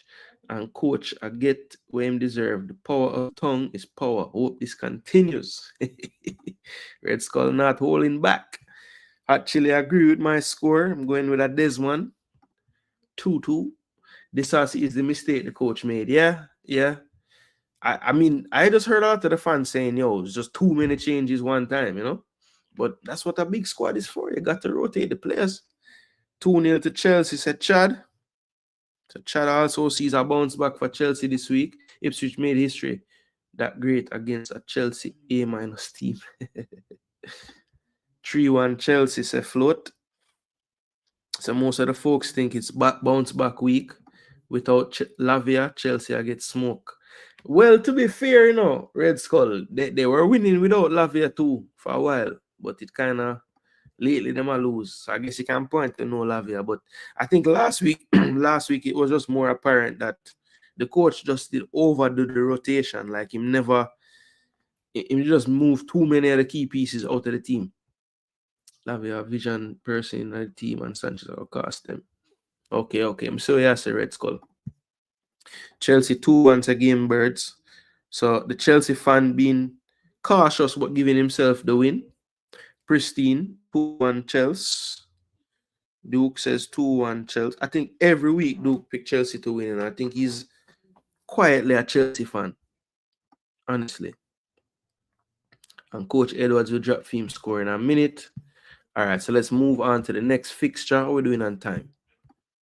1:20. All right, so we're not gonna rush nothing, but I have to pick up the pace a little bit. All right, so Man City versus West Ham. So 6 playing 13. You know the big news on this one. Ruben Diaz out, West Ham, Jared Bowen out. Obviously, Mikel Antonio, speedy recovery.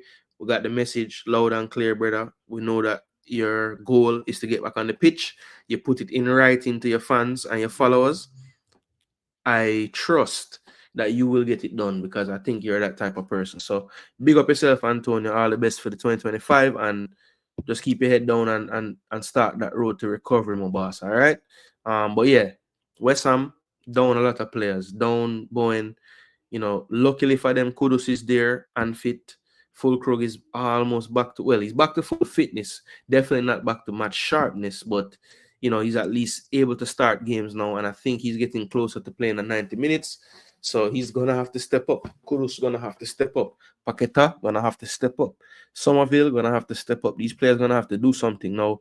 West Ham, based on their season form, they're not on the worst run of form. I mean, yes, they had a terrible result on the 29th against Liverpool at 5-0. But they had a win over Southampton, they drew with Brighton, they drew with Bournemouth, two teams that are decent in the league this year, and they had a 2-1 win over Wolves that sealed the fate of Gary O'Neill. So the last 5 games, they only have 1 loss. Based on how their season has gone, that's not bad at all. 13th now, 23 points. They face a City team that's trying to get back on track. They have what? In the last 5, they have 1 win. That was in their previous meeting with Leicester. They have a draw, a loss to Villa, a loss to United, and they drew with Palace 2-2. So they are, 31 points now. I believe that's what? 14 points off City, and 8 points off Arsenal in second. So, they will be wanting to get a string of wins on the board. Maybe a 10 in a row, just to let people know that they're still around, they're still here. But they need to hurry up and get one of those runs in quickly because they are definitely a bit further off than they would want to be. They definitely don't want to get any, they don't want to even think of the reality of not finishing in the top 4. So, they just need to right the ship a bit. I think they're still going to struggle though, because unless they do some moves in January, that midfield, I just don't see how that midfield is going to hold up. I think because they don't have the midfield capability, they are tending to defend for longer stretches in games. And I don't think that their team is really built to do that. So when they're without the ball for any extended period of time, what ends up happening with this City team the way it is right now is the other team is going to get some kind of action at the end of their possession. Whereas in the past, even if you had the ball against City, their press was so organized, their hunger to win the ball back was so great that you really don't have extended times of possession against them. And I think that's one of the main differences that you see. They're no longer having these 75, 80% possession games. And I think that's a huge issue for them because, like I said, they're not really built to do a lot of defending. They're really built to have the football. And if you're not winning the ball back fast enough, then you won't have the football. And I think that's one of the main issues. Now, yes, some can blame that on one player, but I don't think Rodri alone will be winning back the ball. So I think it's an overall team mentality thing. I've always thought that Haaland could do more in the press. I always thought that when Alvarez started and Haaland didn't, the press always looked better. And it's just, maybe it's an effort thing, an energy thing. But I just don't get the feeling that Haaland is really trying to hunt down and press the ball. But you guys watch the games and let me know. That's something that I have noticed that I think he could do way better at. And it's a domino. If you see your striker running and closing down all the time, the wingers start to do it a bit more. The attacking midfielder does it, and it just kind of trickles throughout the team. So, they can get back to that ball hawk style, win the ball back, keep possession, tire out the other team. If they lose the ball, win it right away. They are letting teams have possession lately. I mean, maybe not letting, but they're not being able to win the ball fast enough. I think that's what's killing them right now, killing everything about what they got going on. Man City last week, this is how they got the 2-0. Haaland did get back on the score sheet with a goal. Savinho had a productive day with a goal and an assist. So no Doku on this day. You know, I've always been saying I don't know why he doesn't just free the wingers, play Savinho, play Doku. You have Haaland in the middle, play two wingers that's going to serve the ball. But again, he went with the Foden basically playing a number 10 as well, cutting in all day long. Silva and Kovacic played deeper in the midfield.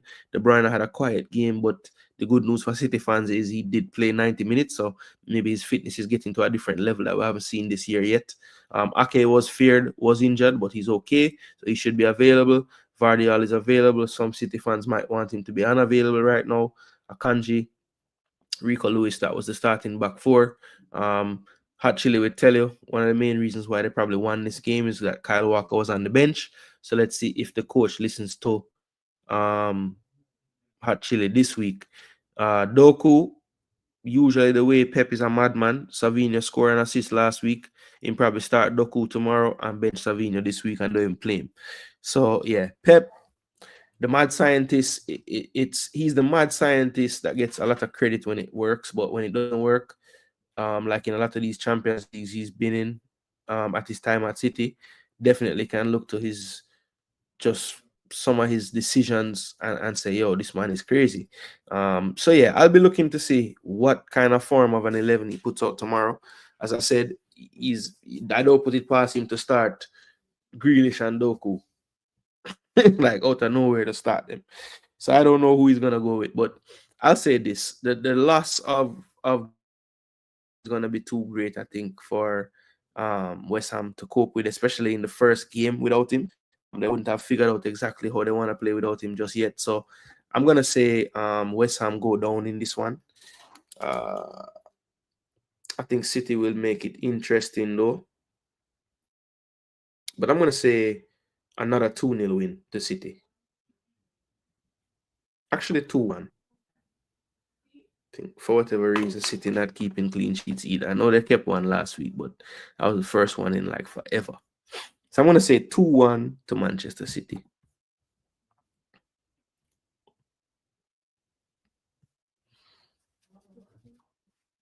Wait, I'm afraid.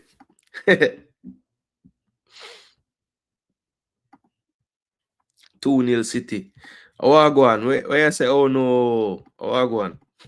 2-0 City says CK. The most optimistic City fan. Big up yourself. Chad said 3-0. So the citizens getting better, you know. From where they are, Lopetegui now get so much bad beat, you know. So I don't know. Possible still. Even though him get 5-0 last time. So I don't know why I said that. But yeah, before the 5-0, it kind of calm down upon the getting the bag up them. Either West Ham win, but they have a lot of injuries and can't see them beat City. So 2-0.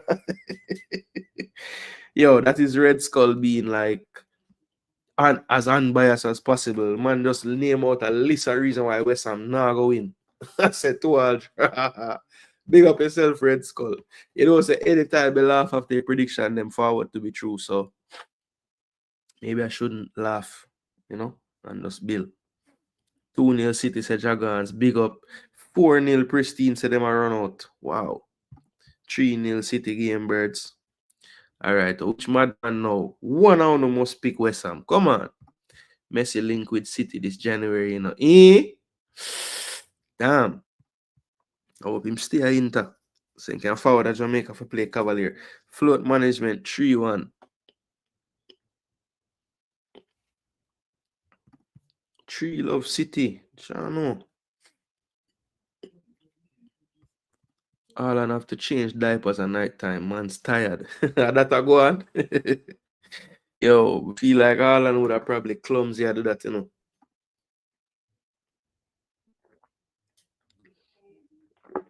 2-1 Man City.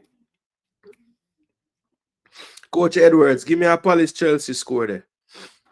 Either I miss it or you never send it. I mean, I think you send it, because I wouldn't miss it, I think.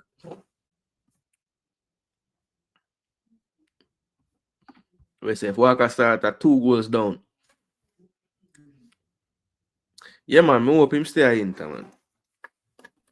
I'm not need for forward in a City team right now. I don't think that would have. It could have been like a. Well, to be honest, you know, Ronaldo was actually productive in his second spell at United, but I don't know if it was really the best for the club itself, like the overall club, you know. All right, so last game, actually no, sorry, the last game in the 10 o'clock slot, Southampton Brentford. So let me know people, a 5 match are going. Well, but on our fans, all right, the non-Chelsea and the non-City fans them, and the non-Villa fans them. Because we know Villa have fans too. Which game at 10 o'clock we want to see the most out of all them 5 games? Southampton Brentford is the last one we're going to predict. Southampton will be at home. As I said earlier when I was going through the table, I think this version of Southampton is a little more sturdy. I don't think they're going to concede as many goals. They might not take as much. Well, I know for sure they don't take as much risk out of the back. But shape is pretty much the same. It's a lot of the same players playing as well. This back three is pretty much the first choice back three, for a few, like a month now. Nathan, we know that he has Jamaican ties, so I will continue to watch this player.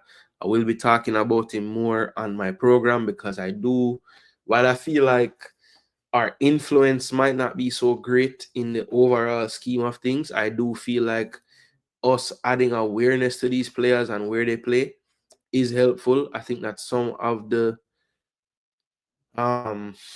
folks that are credited with scouting and finding these players, they do tend to get information from these channels. So Nathan Board, number 15 for Southampton.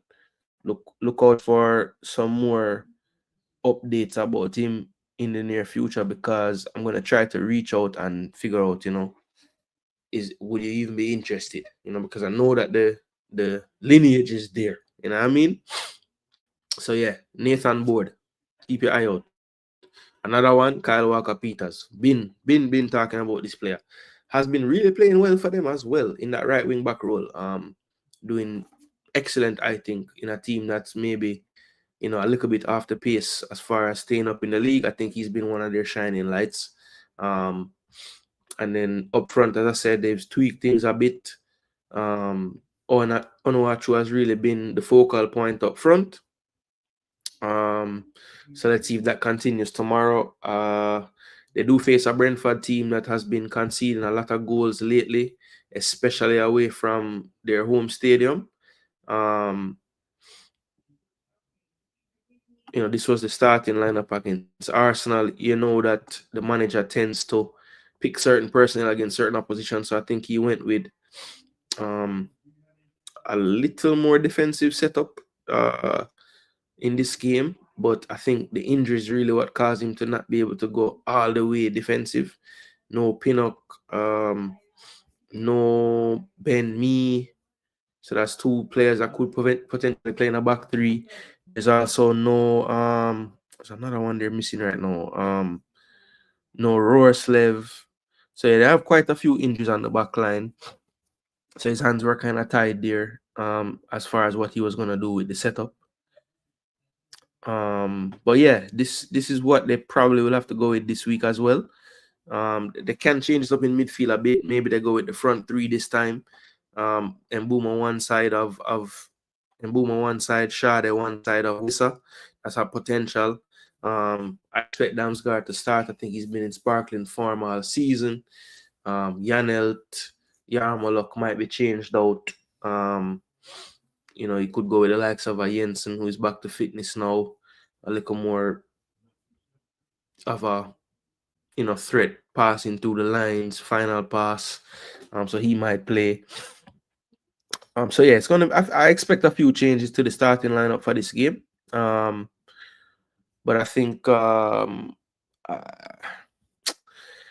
right now, Southampton under this manager, I just feel like he got a draw in his first game. 2 losses. This is his second game at home that he will be managing. He lost 1-0 to West Ham. I think he finds a way to get the result this week. I really do. I think Southampton is going to win this game 2-1. I think this is just going to be one of those games where most of you probably will be picking Brentford, but I'm going to say 2-1 to the Saints. Yeah. Say City Press can't have missed now. All right, Richard. Coach, give me the 2-1 Chelsea result. All right, respect, coach. Got it. 2-1 Brentford. So float going with the opposite. Yeah, man, away the man, them now I win 3-0 Jaguars say. Yeah, man, I feel like the Saints are going to march in, man. I don't know why.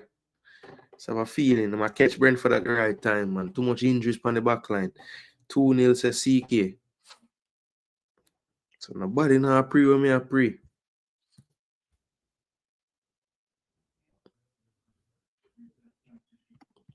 3-1 Brentford say Red Skull. Charlie say 1-1. And Boomer. Yeah, man, and Boomer is a problem out there. 2-0 coach. Say the Bees are going to take it to them. Pristine said 2-1 to Southampton. So Pristine ever clean say, yo, that sound good. Javari said 2-1 to Brentford. All right. Gamebird said 3-2 Brentford. Man, piece of game. All right, Duke soon drop theme one. All right, so let's move on to the last fixture for the day, and that's going to be, this is Saturday, that's going to be Brighton versus Arsenal. So second taking on 10th, 39 points for Arsenal, 27 points for Brighton. Difference in goal difference of 20 goals. Wow, it's a big difference. All right, so Arsenal, you know, 3 wins on the bounce after 2 draws. Good win away at Brentford last week, and then Villa and Brighton 2-2. Brighton with Brentford 0-0. Brighton 1-1 with West Ham, and then a loss to Crystal Palace at home, probably one of their worst results of the season, and then a 2-2 at Leicester on December the 8th. So they are winless in their last 5. 4 of those being draws at least, but definitely 4 points from possible 15. Not really the form that Brighton would need to keep them in that European race. Brighton last week, this is how they lined up against Aston Villa. They have their share of injuries currently. I know Welbeck still out, Kadioglu out. I think Evan Ferguson now is out as well. Backline last week, went with Igor Julio at left back, Lamptey right back, centre backs were Dunk and Van Heck. Then we had Gruda, Enciso, Adingra, Baliba, and Ayari. So Ursula, very similar to what's the manager name? Ursula, very similar to like Maresca. And who's the other manager I would say that always rotating the damn team? We just talked about them, man. Let me see. Which team? Yeah, Brentford as well. Thomas Frank. So I think them coach them always make change to them team. Gruda hadn't started a lot. Enciso neither. Adingra had been kind of on the bench way down because some game not even play. Baliba and Ayari play a little more consistently under this manager, and then João Pedro, who normally plays one of these midfield roles, having to play striker due to the absence of Welbeck and Evan Ferguson right now. So he went with Matoma on the bench, who normally started. Ruta had been getting a lot of starts. Minte started the season starting, but has been relegated to the bench. So, just kind of changes up a lot of things week to week. Veltman started right back the game before. It was Lamptey this time. So, yeah, he's one that's difficult to predict his 11. One thing I can tell you, Verbruggen going to play keeper, and this man going to strike. Because I'm really not have no other option right now to work with. Other than that, anything can play. I think Dunk will play as well. Probably Van Heck as well. But, Estupinian is out right now. He could potentially be back this week, but it might be too soon. So he might have to play Julio again at left back. And basically what this does is Lamptey kind of becomes like a right-sided midfielder, and it's really a back three. And they give him more license to go ahead and get forward, because Julio, they don't really expect to play a style of Estupinian. So kind of tweak the system a bit. So yeah, your guess as good as mine with the Brighton lineup, but I think certain players definitely will start. Then Arsenal, um, maybe not as chop and change as Brighton's manager, but you know, on the back line at the left back spot especially, there's been a lot of movement there between Calafiori and Lewis Skelly. The other three have been more permanent: Gabriel, Magalhaes, Saliba, and Timber. Timber is suspended for this fixture though, based on that yellow card.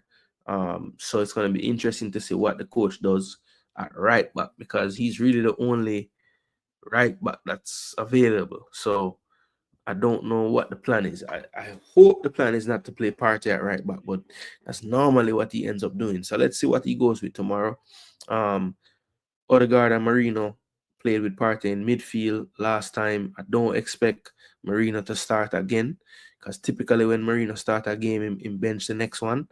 So let's see if he sticks with that formula or not. The forward line, I would love to see him just play this forward line again, but we'll have to wait and see on that as well. But I'm okay with the forward line being the same tomorrow. I think that the main talking points is going to be, what's the midfield three going to look like? Is Partey going to be the one to play at right back instead? That's going to be the key questions, I think, tomorrow. You know, Partey against Mitoma. Don't know if I love that, but let's see. Let's see. I just don't see the other right back option. Yeah, I don't see another right back option. So it's going to be interesting, because we have a whole bunch of left foot players who play defense. Tierney, Kivior, Zinchenko, all of them strongly left footed, probably shouldn't play right back. So don't know what the man is going to do on the right back side other than put Partey there, who has been playing there when people not fit to play right back. So I just think that makes our midfield a little weaker. But more than likely, if Partey moves to right back, then he'll just simply start Declan in that number 6 role, and more than likely he'll be accompanied by Marino and Odegaard again. But let's see what the coach goes with. He might opt to play Georgie, since he's been kind of rested for a little while. If Partey is going to play on that right back slot, he can always play Rice and Georgie in that midfield, and just make sure that Rice covers Georgie a bit. That's typically what ends up happening when Georgie plays. He's pretty much always partnered with Rice, because he'll kind of take up for anything that we might miss playing Jorginho in that role, in terms of just athleticism and getting around. So, yeah, I think that's what Arteta probably will be thinking tomorrow. So key talking points for the lineup: Skelly or Calafiori. Who's going to play right back? What the midfield going to look like if Partey moves to right back? And does he stick with the Wonder kid at right wing? I think he should, but let's see. He always tends to handle these younger players with kid gloves. I don't think him ever really want to throw them too much into the fire. But I think, it's just what is required right now of one area. I mean, he's showing the promise, the talent, looking like the level is where he can be. So go ahead. It's his time. It's his chance. So let's see. I thought he played excellent in the last game. I think he deserves to play again if it's just based on performance. So don't see the big deal. Why not? Look, I think, Arsenal, we haven't kept enough clean sheets for me. I think the stadium will be up for it tomorrow. Later kickoff. They'll be, rearing to go by that time. Potentially could, I think if Arsenal can get to the first 20-25 minutes without conceding, I could see us not conceding in the game. So I'm going to lean towards them not conceding early in the game, which means they will keep a clean sheet. I think we're going to score from a set piece, because we always do. I think we'll score a couple more in open play. So I'm going to say it's going to be either 2 or 3-0. Let's just go for the 3-0. 3-0 Arsenal. Statement. They say Southampton not good. Yeah, have to be good all the time. It just have to good one day. And I just feel like they'll be just better than Brentford tomorrow. CK said 2-1 Brighton. All right. So CK no business with none of the attacking problems. Them no forward.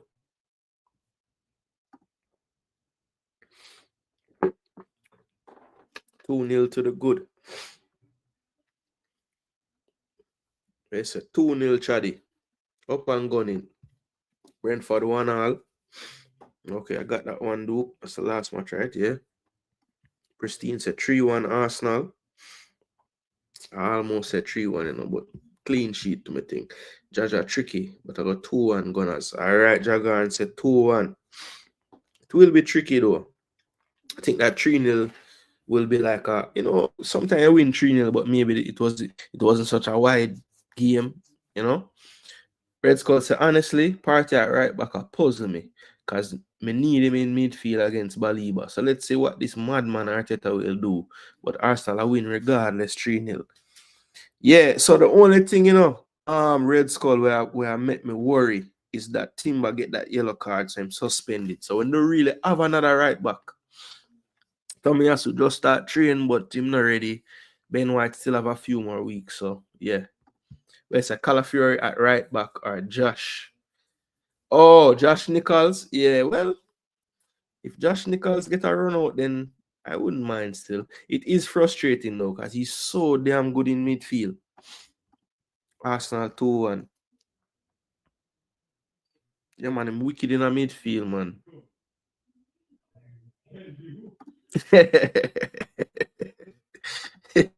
This EPL, any team can show up at any time. Yeah, man, that's true.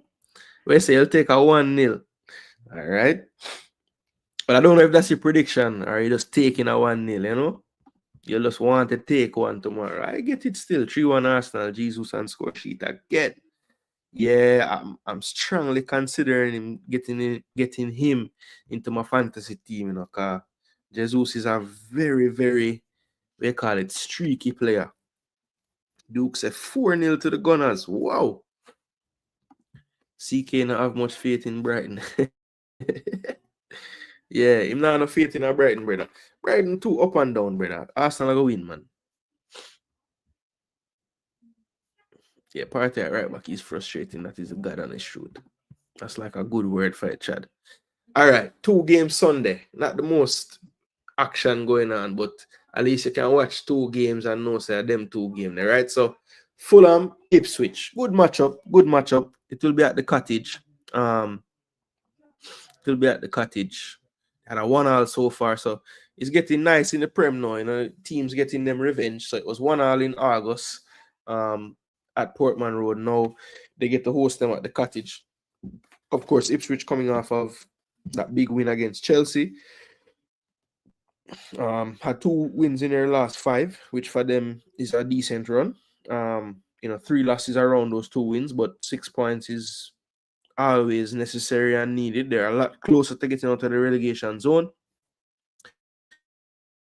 Fulham 2-all, 2-1 over Chelsea. Good win for them away at the Bridge.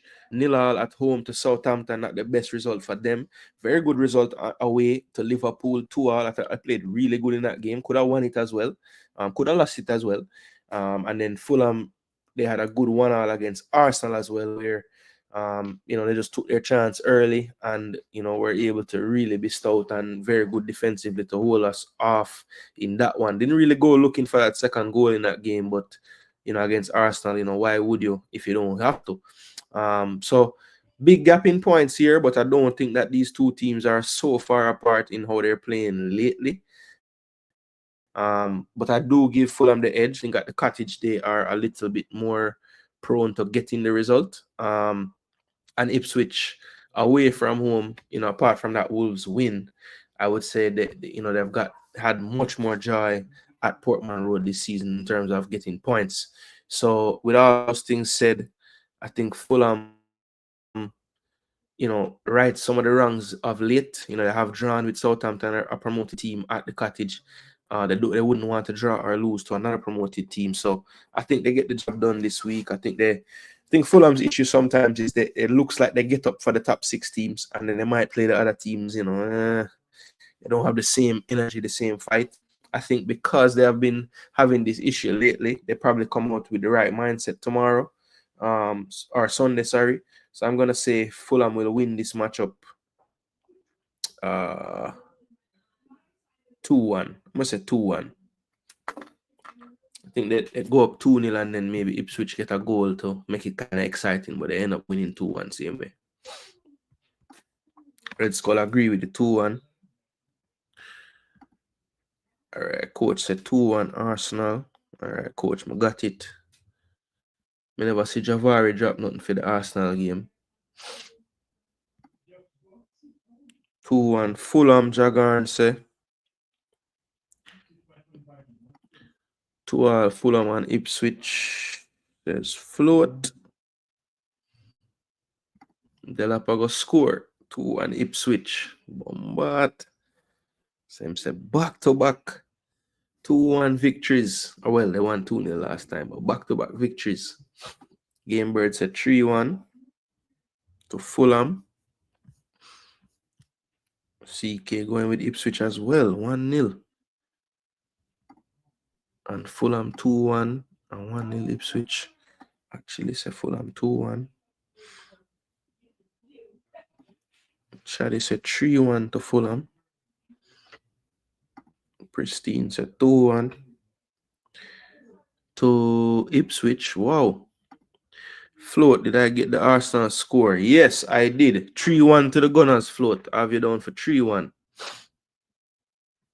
Let me see if I did make sure. Yeah, Jesus on score sheet. I probably never put it on screen, but I did read it still. So I have it, G. Yeah. All right, so that is the Fulham Ipswich game. Now, the second game on Sunday is a big one, people. Probably the most historic one in terms, obviously, in terms of what I call it now, winningest teams in the league, right? Liverpool and Man U. Look at the point gap, 23 points off the pace is Manchester United. Liverpool with that game in hand. As you can see, didn't fare so well against them this season already at Old Trafford, losing 3-0. This is the return fixture for them. Kind of weird that the first fixture of the, rally back of the games is Liverpool. But I guess it don't really matter when they would play the second one. But yeah, Liverpool 5-0, killing West Ham last week. One of the things that I think you have to give Slack credit for as well, even when he makes like his rotations in midfield, doesn't play, Jota didn't start, Nunes didn't even get a game. It doesn't matter where Diaz turns up, left, central, he gets a goal. Gakpo he's really gotten the best out of Gakpo this season. Just wasn't able to pull, Klopp wasn't able to pull this type of form out of Gakpo with any consistency. This manager has done so. Same with Gravenberch. He's really, I guess it's that Dutch connection. He's getting the best out of the Dutch players right now. Virgil, I think, has been better than in the last couple of seasons so far this year as well. So yeah, there must be something said about that connection, because I do think the Dutch players in particular have been playing really well. Jota again scores off the bench. I wonder if it's going to be a gift and a curse for Jota, if the coach is going to just keep benching him just because he keeps coming on and scoring. I don't know. But yeah, obviously the big news here, Gomez had to be taken off, so Kwanzaa came on. As I said, Kwanzaa more than likely will start this game, but it could be Konate. He has one more day to train tomorrow, so let's see. But I'm sure they'll be cautious because they wouldn't want him to re-aggravate anything coming back too quickly. I think today was his first day back training in full with the team, so it's going to be a race against time to see if he's fit enough. But I think it might be Kwanzaa and Van Dijk just based on turnaround and time. I think the fullback should be the same, Robertson and Trent. In midfield, I think Gravenberch will play for sure. So will Alexis. It's just going to be interesting. Does he go back with Szoboszlai in the midfield? I think Szoboszlai was suspended for this game, if I'm not mistaken. So, yeah, I think he should be back. And if he is, I would expect him to more than likely bench Curtis Jones this time, but we shall see. I think the front three would probably be the same: Salah, Gakpo, and Diaz. But we'll see if he has something else in mind. Maybe give Jota the start, maybe even play a Nunes from the start. I'm not sure if that would happen though, just based on how the minutes have gone here lately. Now on the Manchester United side of things, I don't even know if it makes sense to show them team, because basically whatever I show you now, just pick anybody else to start the next game. So Delic, Maguire, and Martinez played the last time. Captain was actually Martinez last time. Wow. Obviously no Bruno. Mazraoui and Dalot played, wing back. Then you have Ericsson and Casemiro in the midfield. Hoyland, Xerxes was pulled after 33 minutes, man. That was really, really bad, I thought. Just played the 45 and then sub him. What's the difference? Then you had Amad Diallo on one side. So, yeah, Rashford, we heard, is ill. Won't be in the team again. But yeah, your guess as good as mine. Maybe Lenny Yoro comes in from the start this time. But who really knows, man? I don't know with this manager. Right now, it's just clear that he just wants to see the players, see who no good from who good, and then we'll make him assessments then. But yeah, if any number can play, it could be Xerxes up front, Highland bench, could be Highland and Xerxes again with Ahmad. I don't know what the man will go for. But yeah, I don't see it, man. I mean, I know Man U got the better of City, and I will just say this: I don't think City is what Liverpool is currently. So yeah, as much as I would love for Liverpool to drop points, I just don't think Manchester United have it in them right now, to be honest. Maybe they frustrate them a bit because I think they will play a lot behind the ball, which will be a bit different for Liverpool facing a Man U team like that. But well, not necessarily, because Ten Hag did have a way to just sit behind the ball too. But I think that the manager realizes that his style maybe doesn't suit a lot of the players. And while in moments he wants to press and win the ball, if he can't win it early, he'll just drop back and just soak up the pressure. So I think it will be, at times looking like a game of offense, defense, or like a scrimmage half field drill. But if Man U can pose any type of threat on the counter, it could work out for them.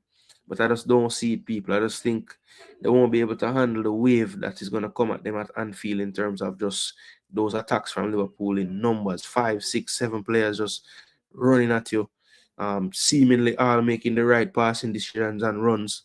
It's tough. It's tough to stop right now. So I don't think Man U I don't think they have the capacity to stop them right now. So I'm gonna say this one ends 3-1 for Liverpool. Could get worse too, but I'll say 3-1.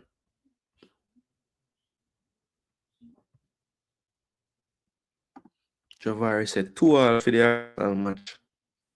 Do you know what I wait for? Good. 7-2 Liverpool. Mirrors. 4-0 Pool said float. Hey, one thing, all the City fan them are cheer for Liverpool win every match, man. I said 9-0. 9-0. What a thing if that reached them, man. 4-0 Liverpool. Man, them I got dead. Yeah. I wouldn't be surprised still, to be honest, man. Man, you have a lot of things to sort. Them, and they don't have enough time to sort it. 3-0 at Chile. Honestly, Liverpool might be the favorite because especially if Arsenal win, they'll be up for it. Man, you in the mud right now. Would like them get a 2-2 draw, but can't see that happening. But you say you gotta go and pray and feel 2-2. All right, Skull. I put it on for 2-2, cause you score them a way of coming through. So I gotta pray. Chad Chambers, none of that. 4-0. Like 4-0. Yeah, me never love that hot chili. Me never love that. It don't make no sense. 33-minute, brother. If like just allow him, brother. What difference this number 10 behind the striker make in them 12-minute there? Now you have to answer question about it, and it just never makes sense to me. Wait, dude, they give me a full Ipswich score?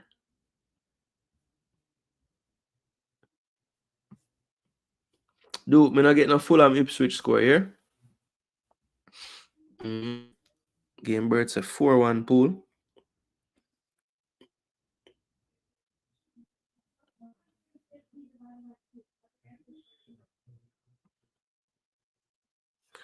Coach said 5-0. Whoa. Channel coach, we said them dead.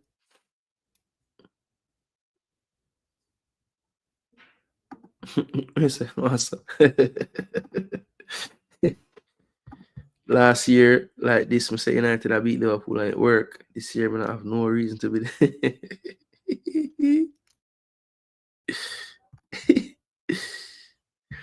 Yeah, bro. I feel like Liverpool might have played the master thing by not even engaging Salah with no contracting, brother. The way the man I move right now is like the man one of them just regret. So them not give him no contract, brother. Look how the man I play. Yo, the man I play incredible right now, you know, man. Salah, the unplayable. Me not get Fulham Ipswich here, Duke. Send on the Fulham Ipswich. All right, Monday. So there's a Monday fixture, people, and not a bad one, you know. Can I tell you, Wolves are a nice team for watch. They might be in 17th, but very watchable team. Yeah, man. They actually have 2 wins out of their last 5 with a draw against Spurs. Losses to Ipswich and West Ham in that as well. Of course, you know, the manager took over in that. Was it the first matchup? I think this was his first game. Or was this the game that O'Neill get the sack?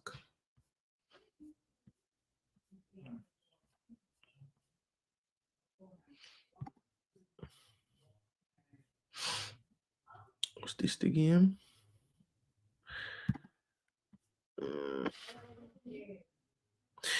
So right now, tell me the coach. Charger. I'm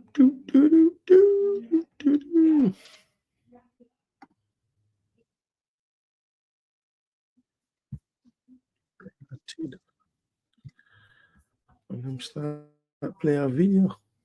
That what I want to do. Well, I don't know people. I don't remember which game him start. I thought it was after the West Ham game him get fired, but can't really remember right now. Either way, him fired.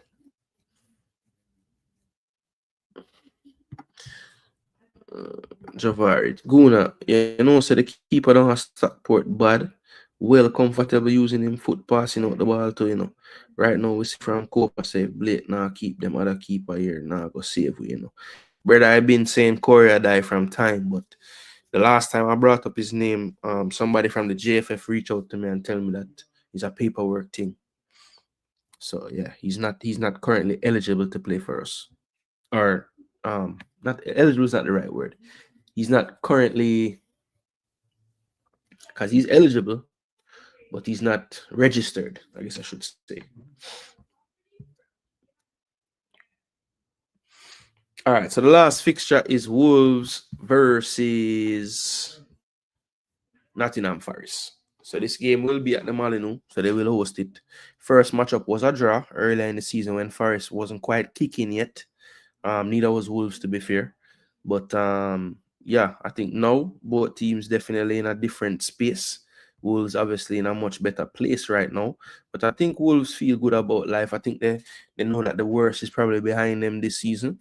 I know it will be tough sledding for them still, but yeah, I think they know that the worst is behind them at this point. So yeah, this is what Nottingham Forest went with last week. Morato has been playing a lot more lately.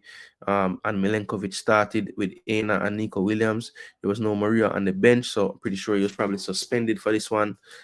Interesting to see, will he start? Milenkovic and him pretty much has not been broken up yet. The only time we have seen Morata start is when the coach opts to play a back 3. So that's going to be interesting. Nico Williams has recently took away the game of what's his name, Alex Moreno. Harry Toffolo is back now, so he came on when Nico got tired in this one. Ola Aina has been in good form this season, one of the better players overall in the league, I think. So kudos to him for his form this season so far. Matt Sells has been a solid keeper as well, I have to call his name. Then in midfield lately, we've seen Anderson and Dominguez, Gibbs White as well, playing a little further up the pitch, in behind the striker, and he's always dangerous there. Then you have Elanga, and last game it was, I believe, Ramon Sosa who got the start. One of a rare start for him. And then subs were made. Jota Silva, who got some starts earlier, came on. There was a James Ward-Prowse sighting who I haven't seen in ages. Pretty much thought when he went to this team, you'd see him a lot, but Nuno has not really been using him at all. I think Elliot Anderson has been a really good find for them. He's been good. And Gibbs White is definitely gaining in consistency and performance, I think, this season, even on top of last season. So that's helped. I think Elanga's form of late has been great as well. And I think he's done a good job of, not really showing much favoritism. He's just been playing the players that have been on form. Elanga was on the bench for a good couple of game weeks, wasn't really performing. Hudson-Odoi was doing so. Hudson-Odoi has slowed down a little bit. You see Elanga start to play a little bit more. He's played into form. So I think Nuno's been doing a good job of just, for the most part, just going with the players that he sees giving him the most at the current time. So he deserves some credit for doing that at the very least. A lot of managers struggle with that. Wolves, on the other hand, they'll be hosting this one. This is how they looked last week in their 2-2 draw at Tottenham. Up front, they went with Huang. He was a striker. Then you had Cunha and Bellegarde either side. Now Cunha did forward off at halftime. Due to a little niggle, I think everything is okay with him, but he has been suspended now for 2 games, I believe, due to the FA ruling with his altercation a few weeks back. I remember we were doing FPL check a couple of weeks ago, and they were saying, don't start Cunha and get banned, but it was out yet. But yes, he was going to be banned, and it has come now. So luckily, there's a FA Cup this week, so he's only going to miss 1 Premier League game. And this will be the one. So it's going to be a big, big, big miss without Cunha this week. That to me might even kill anything that I had going for them. More than likely, Strand Larson will start in the absence of Cunha. That could move Huang one side, Bellegarde one side, but they have options. They have Rodrigo Gomez, you have Carlos Forbes, you have Gonzalo Guedes, a lot of different players you could potentially use. I think Strand Larson probably is the one that I would say is definitely going to start. I think this midfield 4 or the wing backs and the 2 midfielders will probably be what you see here. Aït-Nouri, Semedo, João Gomez, and Andre. Back 3, I wouldn't be shocked if it's the same back 3 we saw last time. Totti Gomez, not quite fully back yet. Could maybe make it as a late entrant, but it's going to be tough for him still. So Doherty, I think, will continue with Bueno and Craig Dawson more than likely. All right, so Wolves, Forest, big team news. No Cunha. And for me, no Cunha, no party for Wolves. Forest, keep on trucking. But I'm going to say they win 2-1 in this particular occasion. 2-1 to Forest. So, Liverpool, Arsenal, don't slip up. Forest is forwarding. He did the right thing in midfield. It wide open. So he made the right decision because Xerxes wouldn't help in midfield. It was a tactical switch around. 2-0 Forest, says float. Yeah, I give Wolves a 1 goal same way. 2-1 Forest CK. I think that's the first time we agree on a score today. Let me see if I true. It took 10 games, but we finally agree on one of them. So 2-1 to Forest. Salah need to slow down. Might have to short Ramos for deal with him. You see it? No, you see? Them thing the Eddie. The people them just of course Arsenal fans they will love run down injury. Yo, Salah cannot bust, brother. I not even gonna say what me gonna think because it now go forward directly. Fulham 2-0, okay. Respect Duke. Chad said 2-2. All right. It's a tough game for Carl, Wolves no Cunha. Forest 2-1 say Red Skull. Yeah, I agree with the 2-1 Forest still. So are they helping him to get registered or what? Because he's bad and age is on his side too. To my knowledge, they have reached out. That's the most I can give you. And I mean, they can't really help him per se. They can just provide him with, how to get it done. But I mean, they can't physically do it. Some steps that, would require him to do stuff. So yeah, it's I know it's not an easy one because it's a grandparent thing. So they tend to take a little bit longer. Forest 2-1. To my knowledge, is a grandparent thing. That's what I was told. 2-1. Duke said 1-0 to Forest. What? Javari said 2-0 Wolves. Yo, Javari is a bag of score me not have for you still, you know. Not a bag still. I don't have a Fulham, Ipswich, or a Liverpool Man U score, Javari. Oh, see them there? 1-1 draw.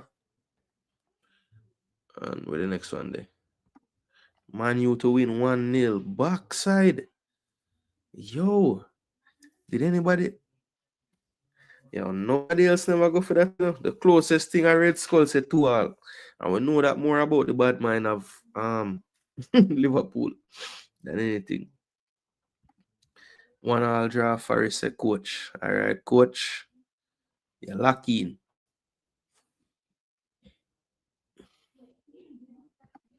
That would be hilarious, CK. Forest 3-1. See, me can't work with that, you know? I'm not gonna work with Eddie and him draft for Salah for ring out the man, separate the man shoulder and him something. No. We not run down them thing. Not that way, Eddie. Not that way. Pristine said 2-2. Think I have an early donkey in mind, you know. I think I meet this time. Yo, I see him so at least now. But that even I got pre who we are pre. That's how I love it. That even United players not believe the prediction there.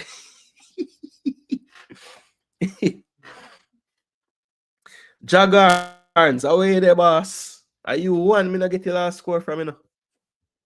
Jaguars, where there?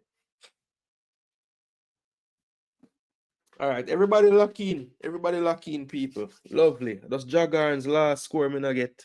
And I don't know anybody will see the video and the watch back. As long as you get them into me by a certain time, me leave and accept, you know, kick off of the first game, you know. Just send in your 10 and me add you in and see if you can win the weekly competitions in. But yeah, that's pretty much it for the 10 fixtures, you know. What else really? I really have nothing else to talk about still. I just ball game tonight. FPL, of course, I'll go on this week, but I'm not sure when I'm depend. But not sure when me depend. And I forgot to see that on the review show. So this week, people, we have fixtures Saturday, Sunday, Monday. So you know my style. I wait till the game them done. We forward block the day of the last match, the night there, and we'll do the full review show. Where you get everything. Red Skull, we will get that. We will get that Red Skull. Cause guess what? I'm gonna return Monday, you know, for the review show for the weekend. And then you don't know, next week is the FA Cup. So we'll probably do, instead of doing a EPL preview, we'll probably do a FA Cup preview next weekend, Friday night. And we'll just go through like obviously the fixture them where the PL team them are play. We're not go tell you about Accrington versus Walsall. You know, we're not gonna do all 50 game. But yeah, we'll pick out some of the best and we'll start a pool for the FA Cup too. That's a simple thing, man. We can do that. Can do that. And we'll look up the team them and see what we're going with the team them, man. You know? Yeah, man. That sounds like a plan. So look out for that next week with a special FA Cup show where we kind of just talk about the game, then predict some game and have some fun with it. But the next time you're gonna see me, people, more than likely, because I still have some family in town for the whole holiday season, you don't know. So kind of busy still. But for sure, Monday night you're gonna see me for the review show of the EPL week 20, where I'm gonna reveal the score, the prediction standings and the table, reveal the champion, reveal the donkey, talk about all the game them, talk about all the talking points, the mad reffing decisions, everything. We're gonna break it all down, people. But until then, you don't know. It was my pleasure to bring you the content. I want to say again, people, Happy New Year to all the subscribers them over again. Those who will not gain yet, people will not subscribe and I watch. All of you, Happy New Year to you all. Please do remember to like the video. Please smash that like button. Next, share the content. Even if you see it late. Share it.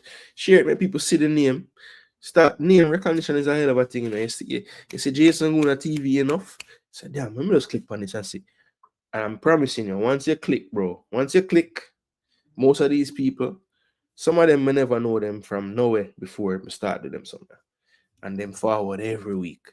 So yeah, we can find more people like that, people. The show nicer. We all have in club fighting in the chat nowadays, people.